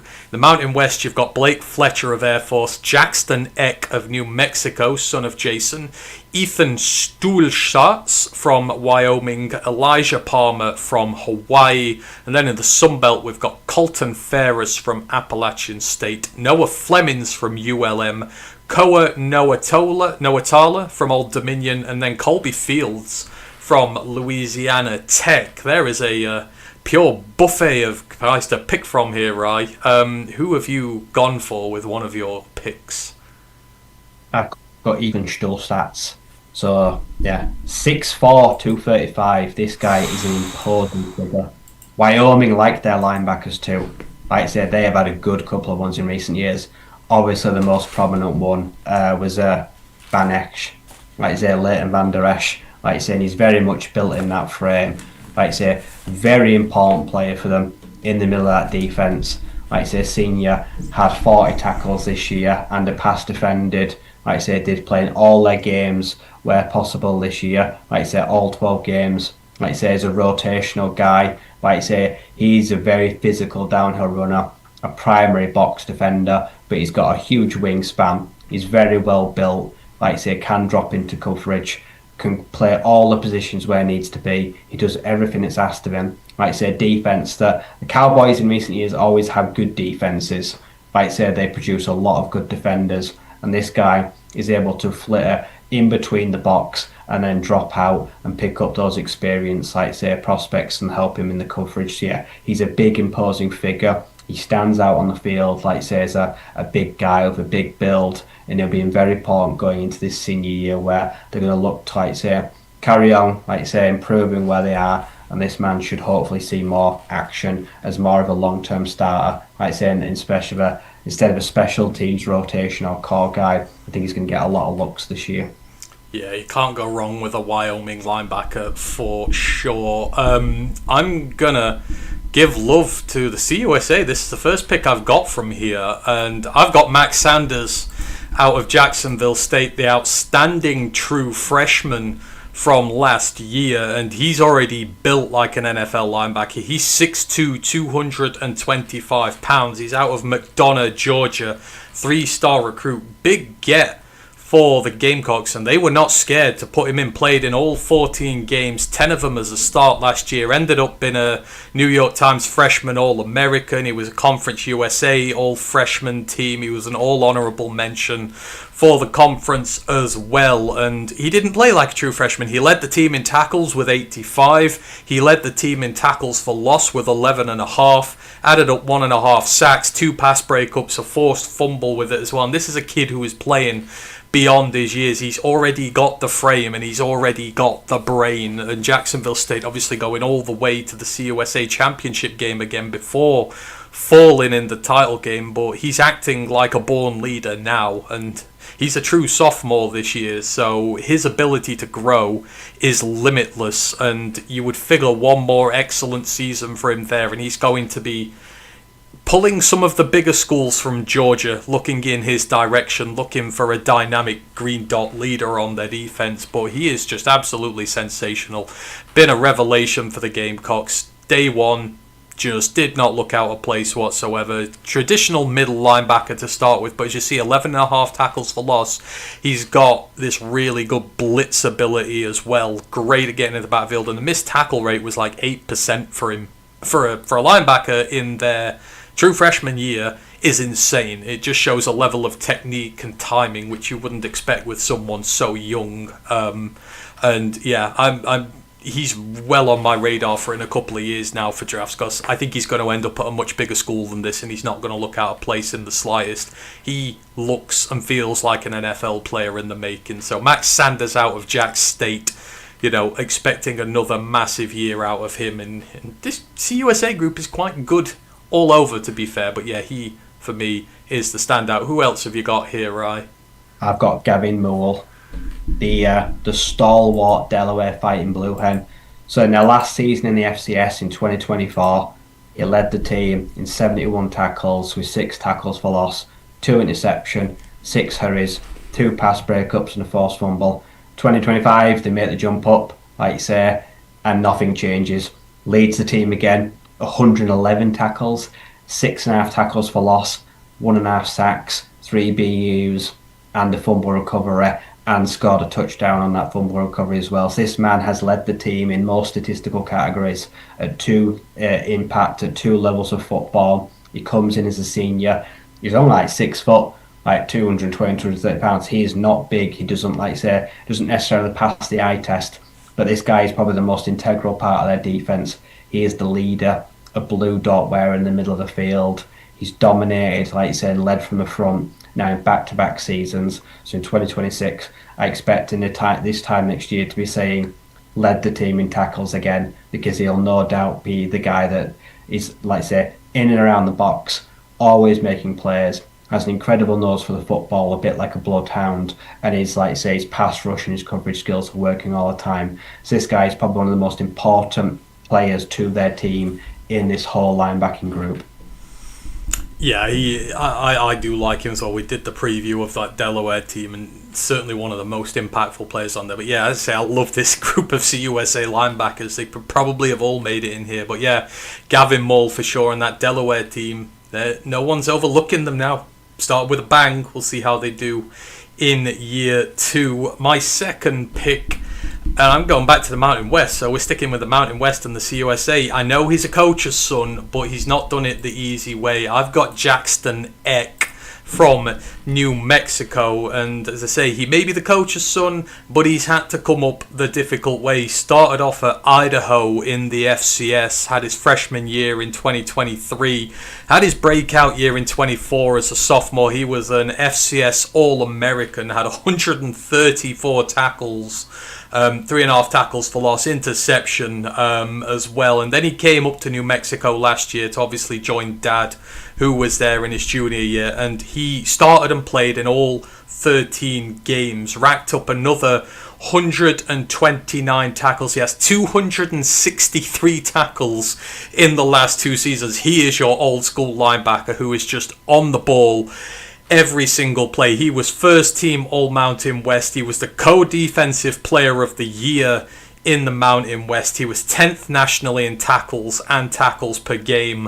Had 6.5 tackles for loss, 1.5 sacks, 2 pass breakups, a forced fumble, a fumble recovery as well. And they actually used him as a quarterback as well.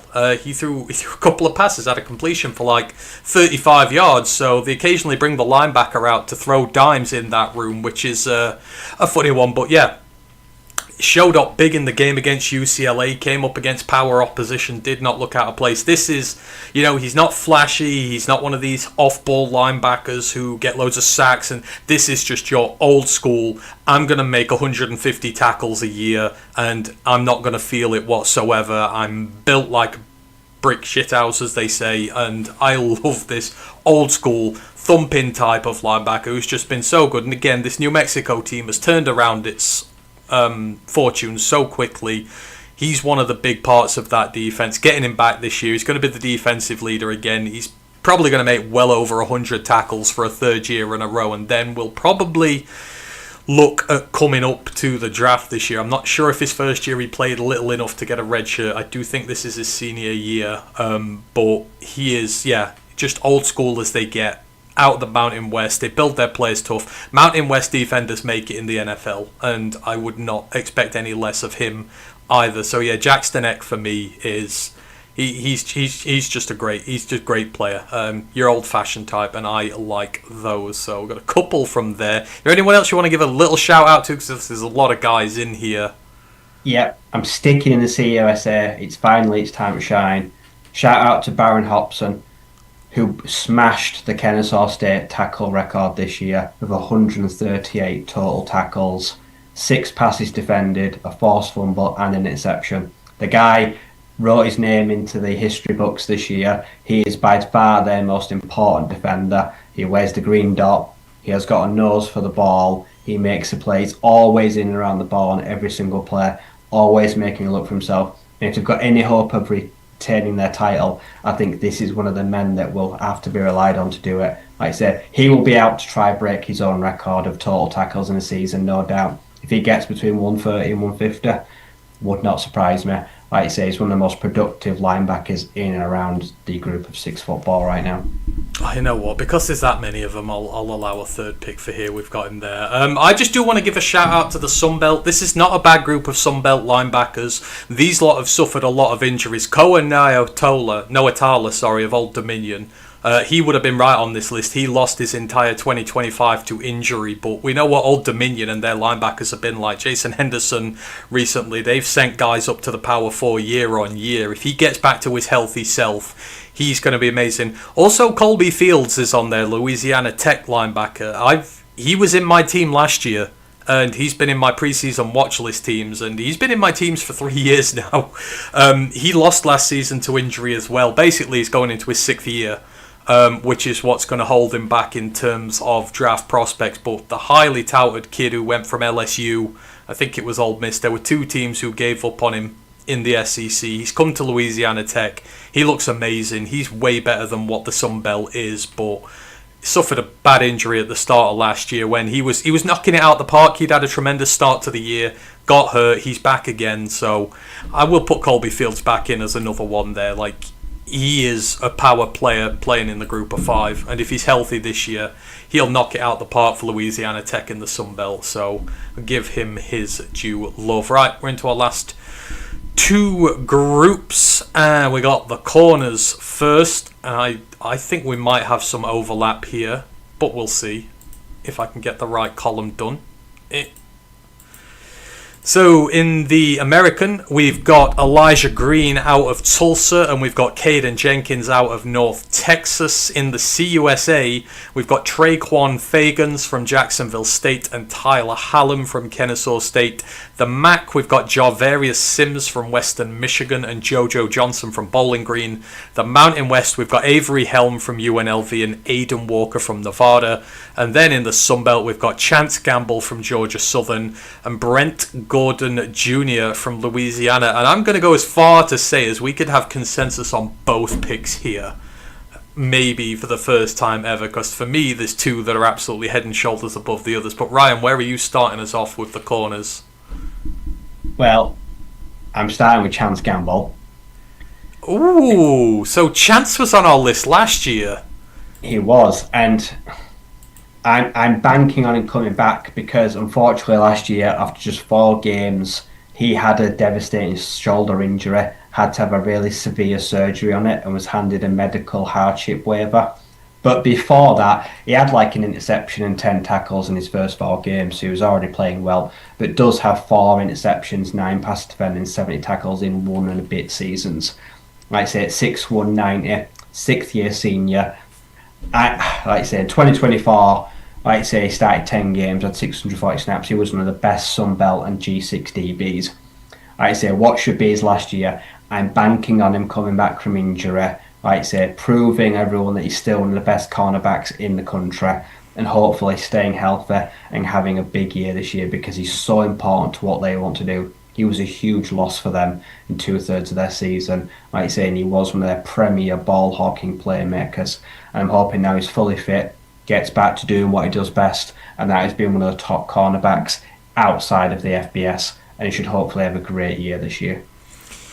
Yeah, certainly we were talking about him, like you say, just quite a few of our picks last year just got hurt, which we're saying. But yeah, he is one of the best corners in the Sun Belt for damn sure when he's healthy. I'm with you. I hope he's able to have a big bounce back year this year.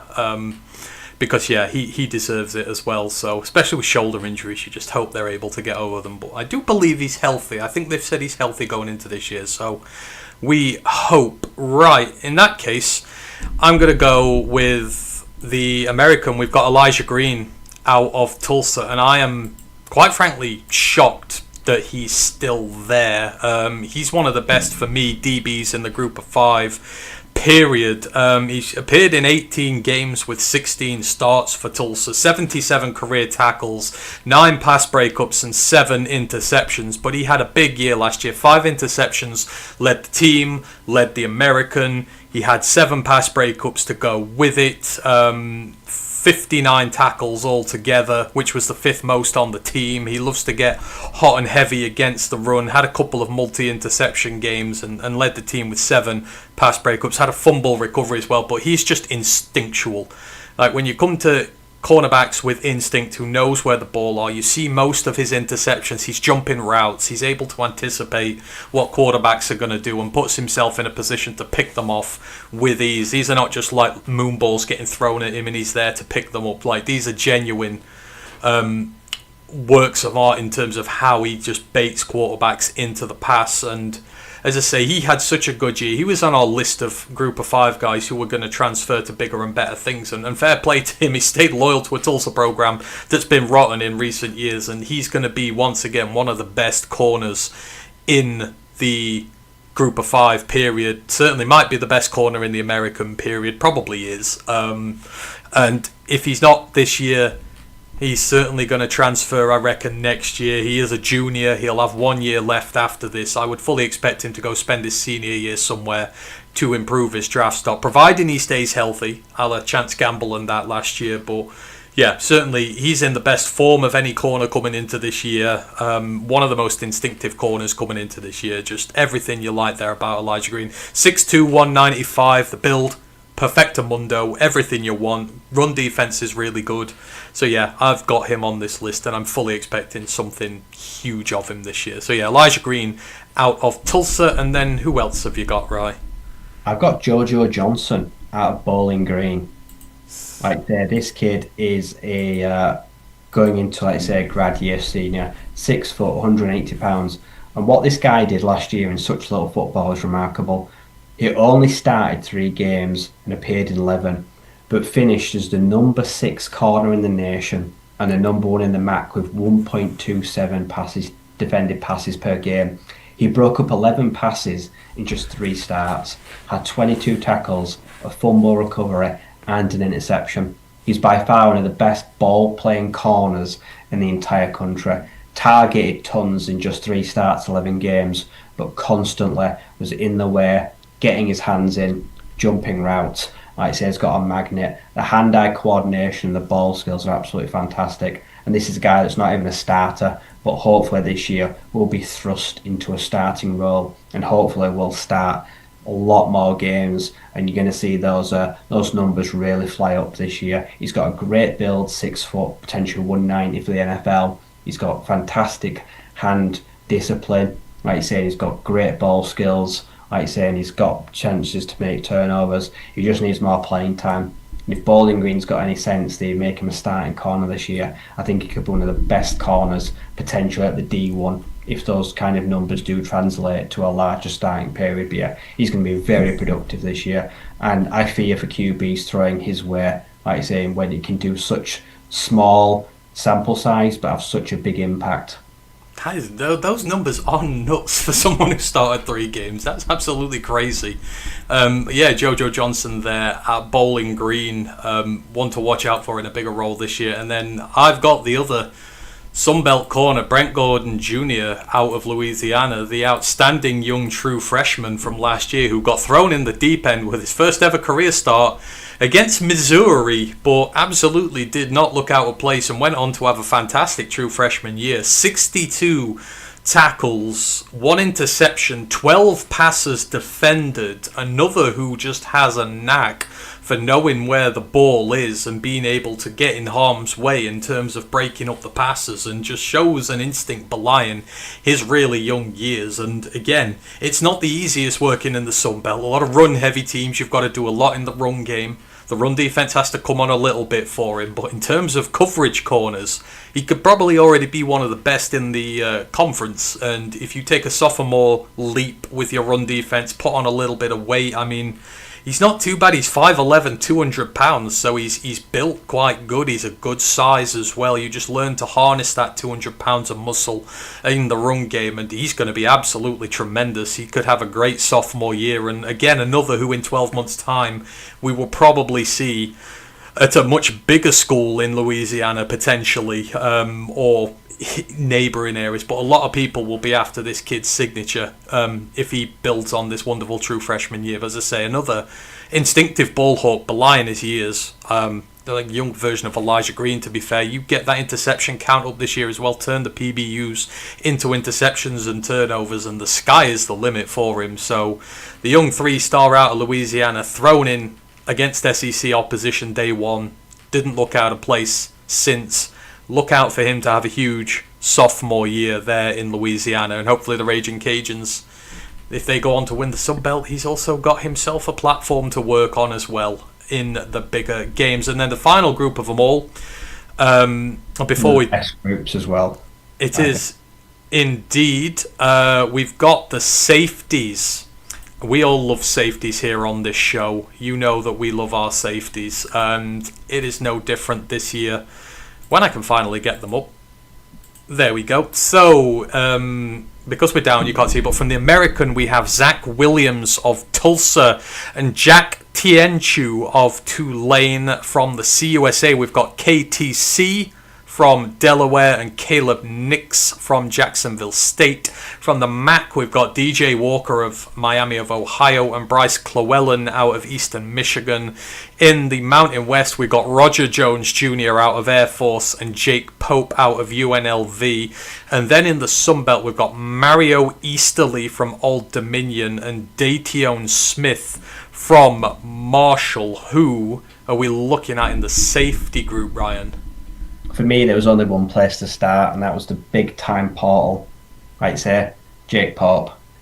4-star recruit out of On3, 24/7, every major in his recruiting class at high school, was the most prominent DBs, and like you say, but it didn't work at Bama and Georgia. He was either a primary special teamer or a rotation DB there throughout his 2 years there. But then gets a call from Dan Mullen. He says, Jake, I'm building the NIL Avengers. We're going to the Allegiant. Like I say, we're going to take the world by storm. I've got a blank checkbook with your name on it. Are you coming? Do you want to resurrect your career? 6'1", 200-pound senior. Had a huge impact in what the Rebels wanted to do last year. Played all 14 games as a junior. 80 tackles, 3 passes defended, 1.5 sacks, and 1 interceptions. Went from, like I say, a huge high school player to a bit part player on big teams to finally, like I say, taking a step back and becoming a huge focal point of a star-studded, illustrious Rebels defence. Like I say, and made some big plays on what was a great run throughout the season. He's back on NFL draft radars where he hoped he would have been coming out of high school. Like I say, he's going to have another big year, I think, leading from the front. He's got plenty still to improve on, but should have another good statistical year, and is one of the more prominent names in the G6 this year at his position. Like I say, just because of his background and where he's been and who he's played under. I expect him to go out flash with that, like I say, go out with a bang this year, and hopefully, like you say, try and put his name out there, like you say, as a future day 3 draft pick in the NFL, which wouldn't surprise me.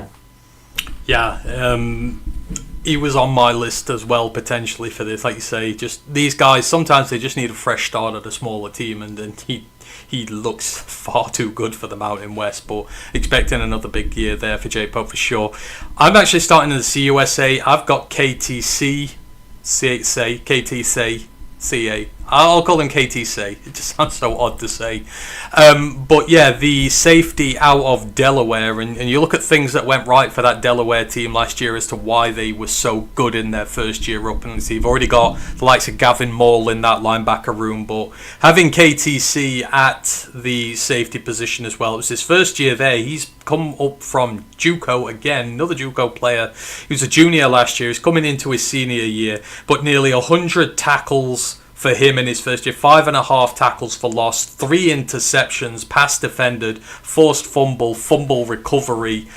One of these safeties who built really well at 6'2", 190, so he's got a little bit more range when it comes to the pass defense, hence why he got 3 interceptions last year, but also built well. 190, a little on the smaller side maybe weight-wise, but he's really good against the run. He's really good against the pass. Just a sort of nice all-round, do-it-all safety type who you can bring him up in the box if you want as well, because he's really physical the way that he plays. But he's a great last line of defense for that Blue Hens defense there. And again, one of the big reasons they had such a good start to the year. The secondary was better than they expected it to be. And yeah, they lost their star, one of their stars there this year at safety. One of them transferred, but he has stayed. He's going to be the guy in there. I would expect him to get a bunch more picks this year as well. People trying to throw on him, and they'll regret that very quickly. So yeah, KTC from Delaware. Yeah, love him as a safety prospect, and hopefully goes out with a bang in his junior year. Who else have you got, Rye? I've got Bryce Llewellyn. Like I say, a very important player to the Eastern Michigan program. Has earned himself the right to call himself a captain in 2026 off of a 2025 where he had 102 tackles, 5 tackles for loss, 4 passes defended, and 2 interceptions. Like I say, 6 foot, 200 pounds. Like I say, good build, and a very important leader on that back end. Like I say, he does everything. He is a jack of all trades. He's one of the more important players that, like I say, they've got over there. So it's really important, like I say, that this man is on the field to make plays for them as much as possible. Like I say, he's a big player for the Eagles. Like I say, he's one they lean upon he's an extension of the defensive coordinator on the field. Should back that up again this year, hopefully, with another statistical field. But also, the fact he's been offered a captain's role as well says how important he is to mentor the players that are going to come after him. Like I say, entering his final senior year, he's going to be one of those that's respected on and called upon to make the decisions and also relay information to the sidelines here. One of the more important players to their teams on this year. Like I say, has also backed it up in the statistical category. So he's either going to stand on those numbers again this year, or like I say, in a big expanded role, hopefully improve on them and couple one of the best safeties in the country. Yeah, love some crate train love there for Eastern Michigan. Finish it off with Bryce Llewellyn, and then to finish this off, finishing with another Tulsa guy. I kind of like this Tulsa secondary this year. We've got Zach Williams, the safety from Tyler, Texas, slugging it out with the Golden Hurricanes. It's his junior year. He's been there since he was a true freshman. He's appeared in 22 career games so far. Primary starter last year, but saw a lot of starting action in his first season. But had a really good year last year. All 12 starts last year. 73 tackles, 39 solo, 34 assisted, third most on the team. 2 forced fumbles, which led the team for turnovers. He had 7 pass breakups in the passing game as well. Another one of these safeties who just found himself in the right position at the right time. And you've got actually a really gifted secondary who work well together. You're not targeting Elijah Green, then you're trying to target Zach Williams, who will just not give you anything either. And this Tulsa team is, it's getting better, and this defense has got some really good pieces to it. But again, he's another 6'2", 195, exactly the same as KT Say as well. So again, kind of built well, got a bit more range in the pass game, but bulked up enough to do well against the run. And he's just kind of been on a really poor team.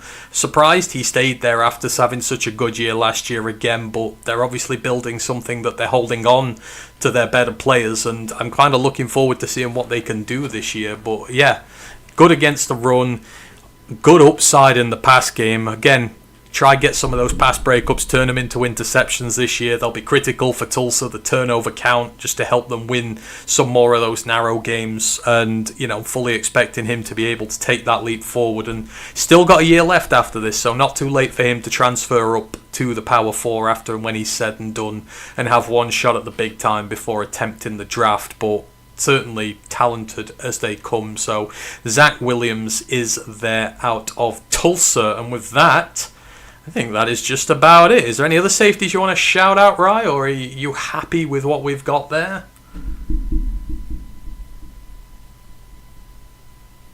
I think I'm fairly happy, like I say, with the team we've built and the roster we've built. Yeah, we have. I think it just goes to show the amount of talent that is in the group of 5. People just generally tend to ignore them and don't look at them. But you look here and I say you have Power 4 stars who've come down like Jaheim White. You've got statistical stars on there, Eastern Mess. I mean, this is a great group. So again, if you've not watched the entire show, if you have, I appreciate you and, everything, you've given us all your support and that. But these are our picks for the year in terms of guys who we really like from these position groups. So if they're in green, then at least one of us has agreed to it. If they're in yellow, then it means we've both agreed on it. And we had one last year, right? We got 2 this year. We're expecting big things from Jaden Thomas and Andrew Zock. But, I look at those 2 and I could see Offensive Player of the Year and Defensive Player of the Year and the G5 out of those 2. I feel like we've picked 2 stars undisputed between us here. I'm quite happy with those 2. Yeah, if Jet Thomas leads every offensive player here in total yards from scrimmage, no one would be surprised, as a receiver, an elite runner and a special kick returner. Yeah, Andrew Zock, like I say, goes out and gets 13, 14 sacks, 5 forced fumbles, an interception. I mean, that just would feel like par for the course. He's just, like I say, stacked good seasons. And Toledo, everyone on that Toledo defense job now is to make holes for Andrew Zock. Yeah. Just feed the Zock, put him in spaces to win, and he'll do the rest for you. Yeah, I feel like you could do a lot with that. Feed the Zock and he will score or sack, as they do. Out of this lot, who has the best chance, do you reckon, of getting drafted the highest out of all these? I mean, some aren't draft eligible this year, but quite a few of them are. Who would you like bet your dollar on that will get drafted out of this? Like, who are you most, confident about?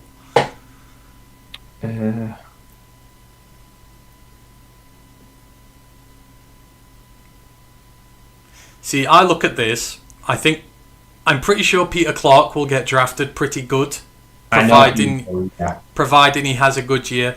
I'm going to say Easton Messer will surprise a lot of people. It's his junior year. I just think people are going to love him. They love these volume slot receiver types who just have that play after the catch ability. And I think people are going to really fall in love with him quickly. I think on tap, he's got a great chance to be drafted. Former big star, shows his ability there. Yeah, I could agree with that for sure. Peter Clark, as I mentioned, certainly could go high if all goes right for him. Who else would be this year? Elijah Green could declare. Elijah Green could be a scrappy. Really small, might not get drafted, but he's got a good chance at playing pro football. Oh yeah, he'll end up on a roster for sure. For sure. It was the safeties last year. Like, we nailed the safeties last year. They say the Boise one got a transfer to LSU. Obviously, McNeil Warren got drafted high. We nailed the safeties last year. Jake Pope, potentially, with his pedigree. Yeah, he's got a chance, I'd say, because he's got a bit of weight behind his name, yeah. He could. If Colby Fields has a really good year as well, I think there's some redemption to be had for him, because he's another big prospect who just didn't get his chance, who has absolutely excelled at this level. So, yeah, certainly some guys to look in for. The player we've not picked, KD Hutchinson. He has had a huge Western Kentucky career, hasn't he? He's got thousands of receiving yards. Yeah, so KD was so he was there when. So you had KD Hutchinson, Easton Messer, and the other one. You had a ridiculously good young core there at Western Kentucky 3 years ago. But yeah, KD Hutchinson, he's one I would have liked to have put in. I really regret not putting Owen McCown in. I think, in terms of quarterback, certainly he's got a lot. He's thrown for like 6,000 yards. He's got a ridiculous ratio for touchdowns to interceptions. And on a UTSA team that generally likes to run the football, excelling as a passer is huge. Who else am I regretting that's not on this list? If Petaway comes big this year, I'm going to be pissed off, because we bet big on him last year and he got hurt. Joshua Long. Last year. Yes, yeah, that's a good. That's a bigger factor for Eastern Michigan this year. He's a good tight end. Yeah, absolutely. Is there anyone else on there?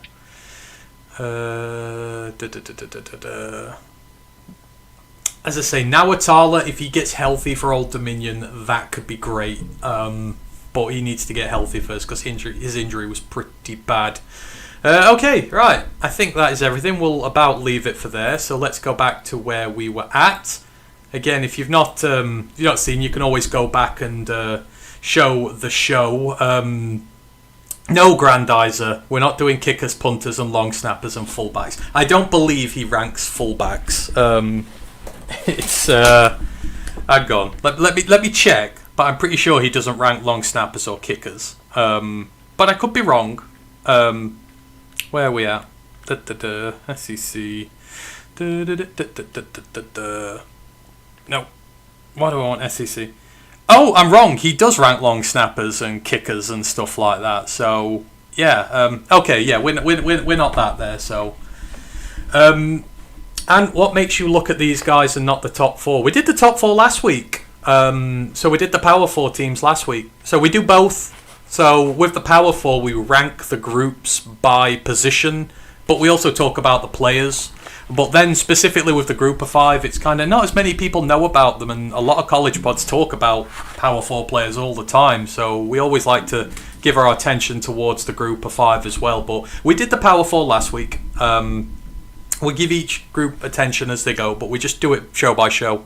We couldn't fit it all in one show, otherwise we'd be going for like 6 hours, and as we know, Grandizer doesn't like it when we go 6 hours, so we try and keep them short. I know we didn't put the pack in there this year, but I still don't consider the pack to be a conference at the moment. It's I don't know about you, Ryan, but I just don't feel like it's, you know, I would feel because there's only like 6 teams in there and all. It's a bit finicky. The pack is.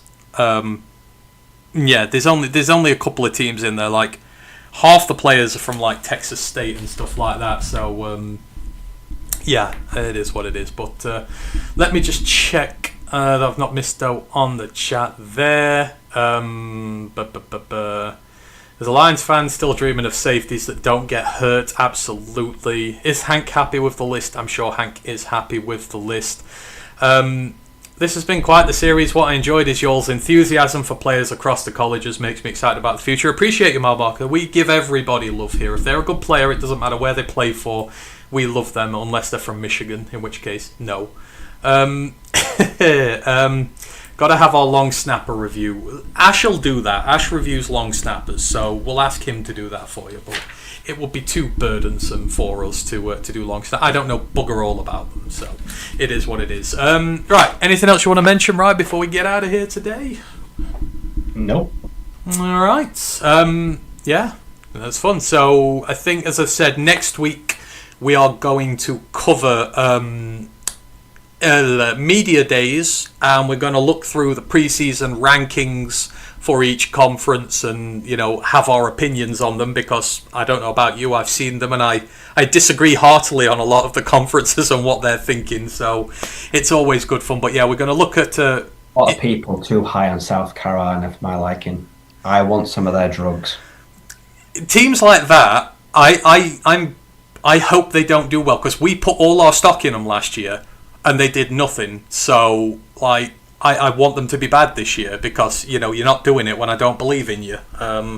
But yeah, a lot of people are way too high on South Carolina. But as I say, we will do a comprehensive breakdown of all the conferences, Power 4 and Group of 5. It'll be the media weeks. We'll be doing pre-conference rankings, teams, bits like that. Any interesting news to come out of them. So join us for that next Wednesday. As I say, the next main podcast will be on Monday. We have Jeremy Reisman from Pride of Detroit joining us, so please hop along for that one. He's always a fantastic guest, one of the best we can get, so please do support that endeavour there. I may be around on the weekend for a Q&A. I will see. I'm working, but I will try and do one earlier before I go to work, because obviously there's a lot on the docket at the minute, so we'll try and get a Q&A done as well. But yeah, that's everything that is coming up. Appreciate all of you, Gavisconcon, Mile Marker, Grandizer for being in the building. Hope you have enjoyed today. We've been looking at Group of 5 prospects from the preseason all-conference teams. Hopefully you've got some names to keep an eye on for the season now, and in 12 months' time you'll be like, I learnt about them on this show, and I'm happy that I listened to it. So, appreciate you all. Have a great day. On behalf of me and Ryan, thank you. One Pride, worldwide.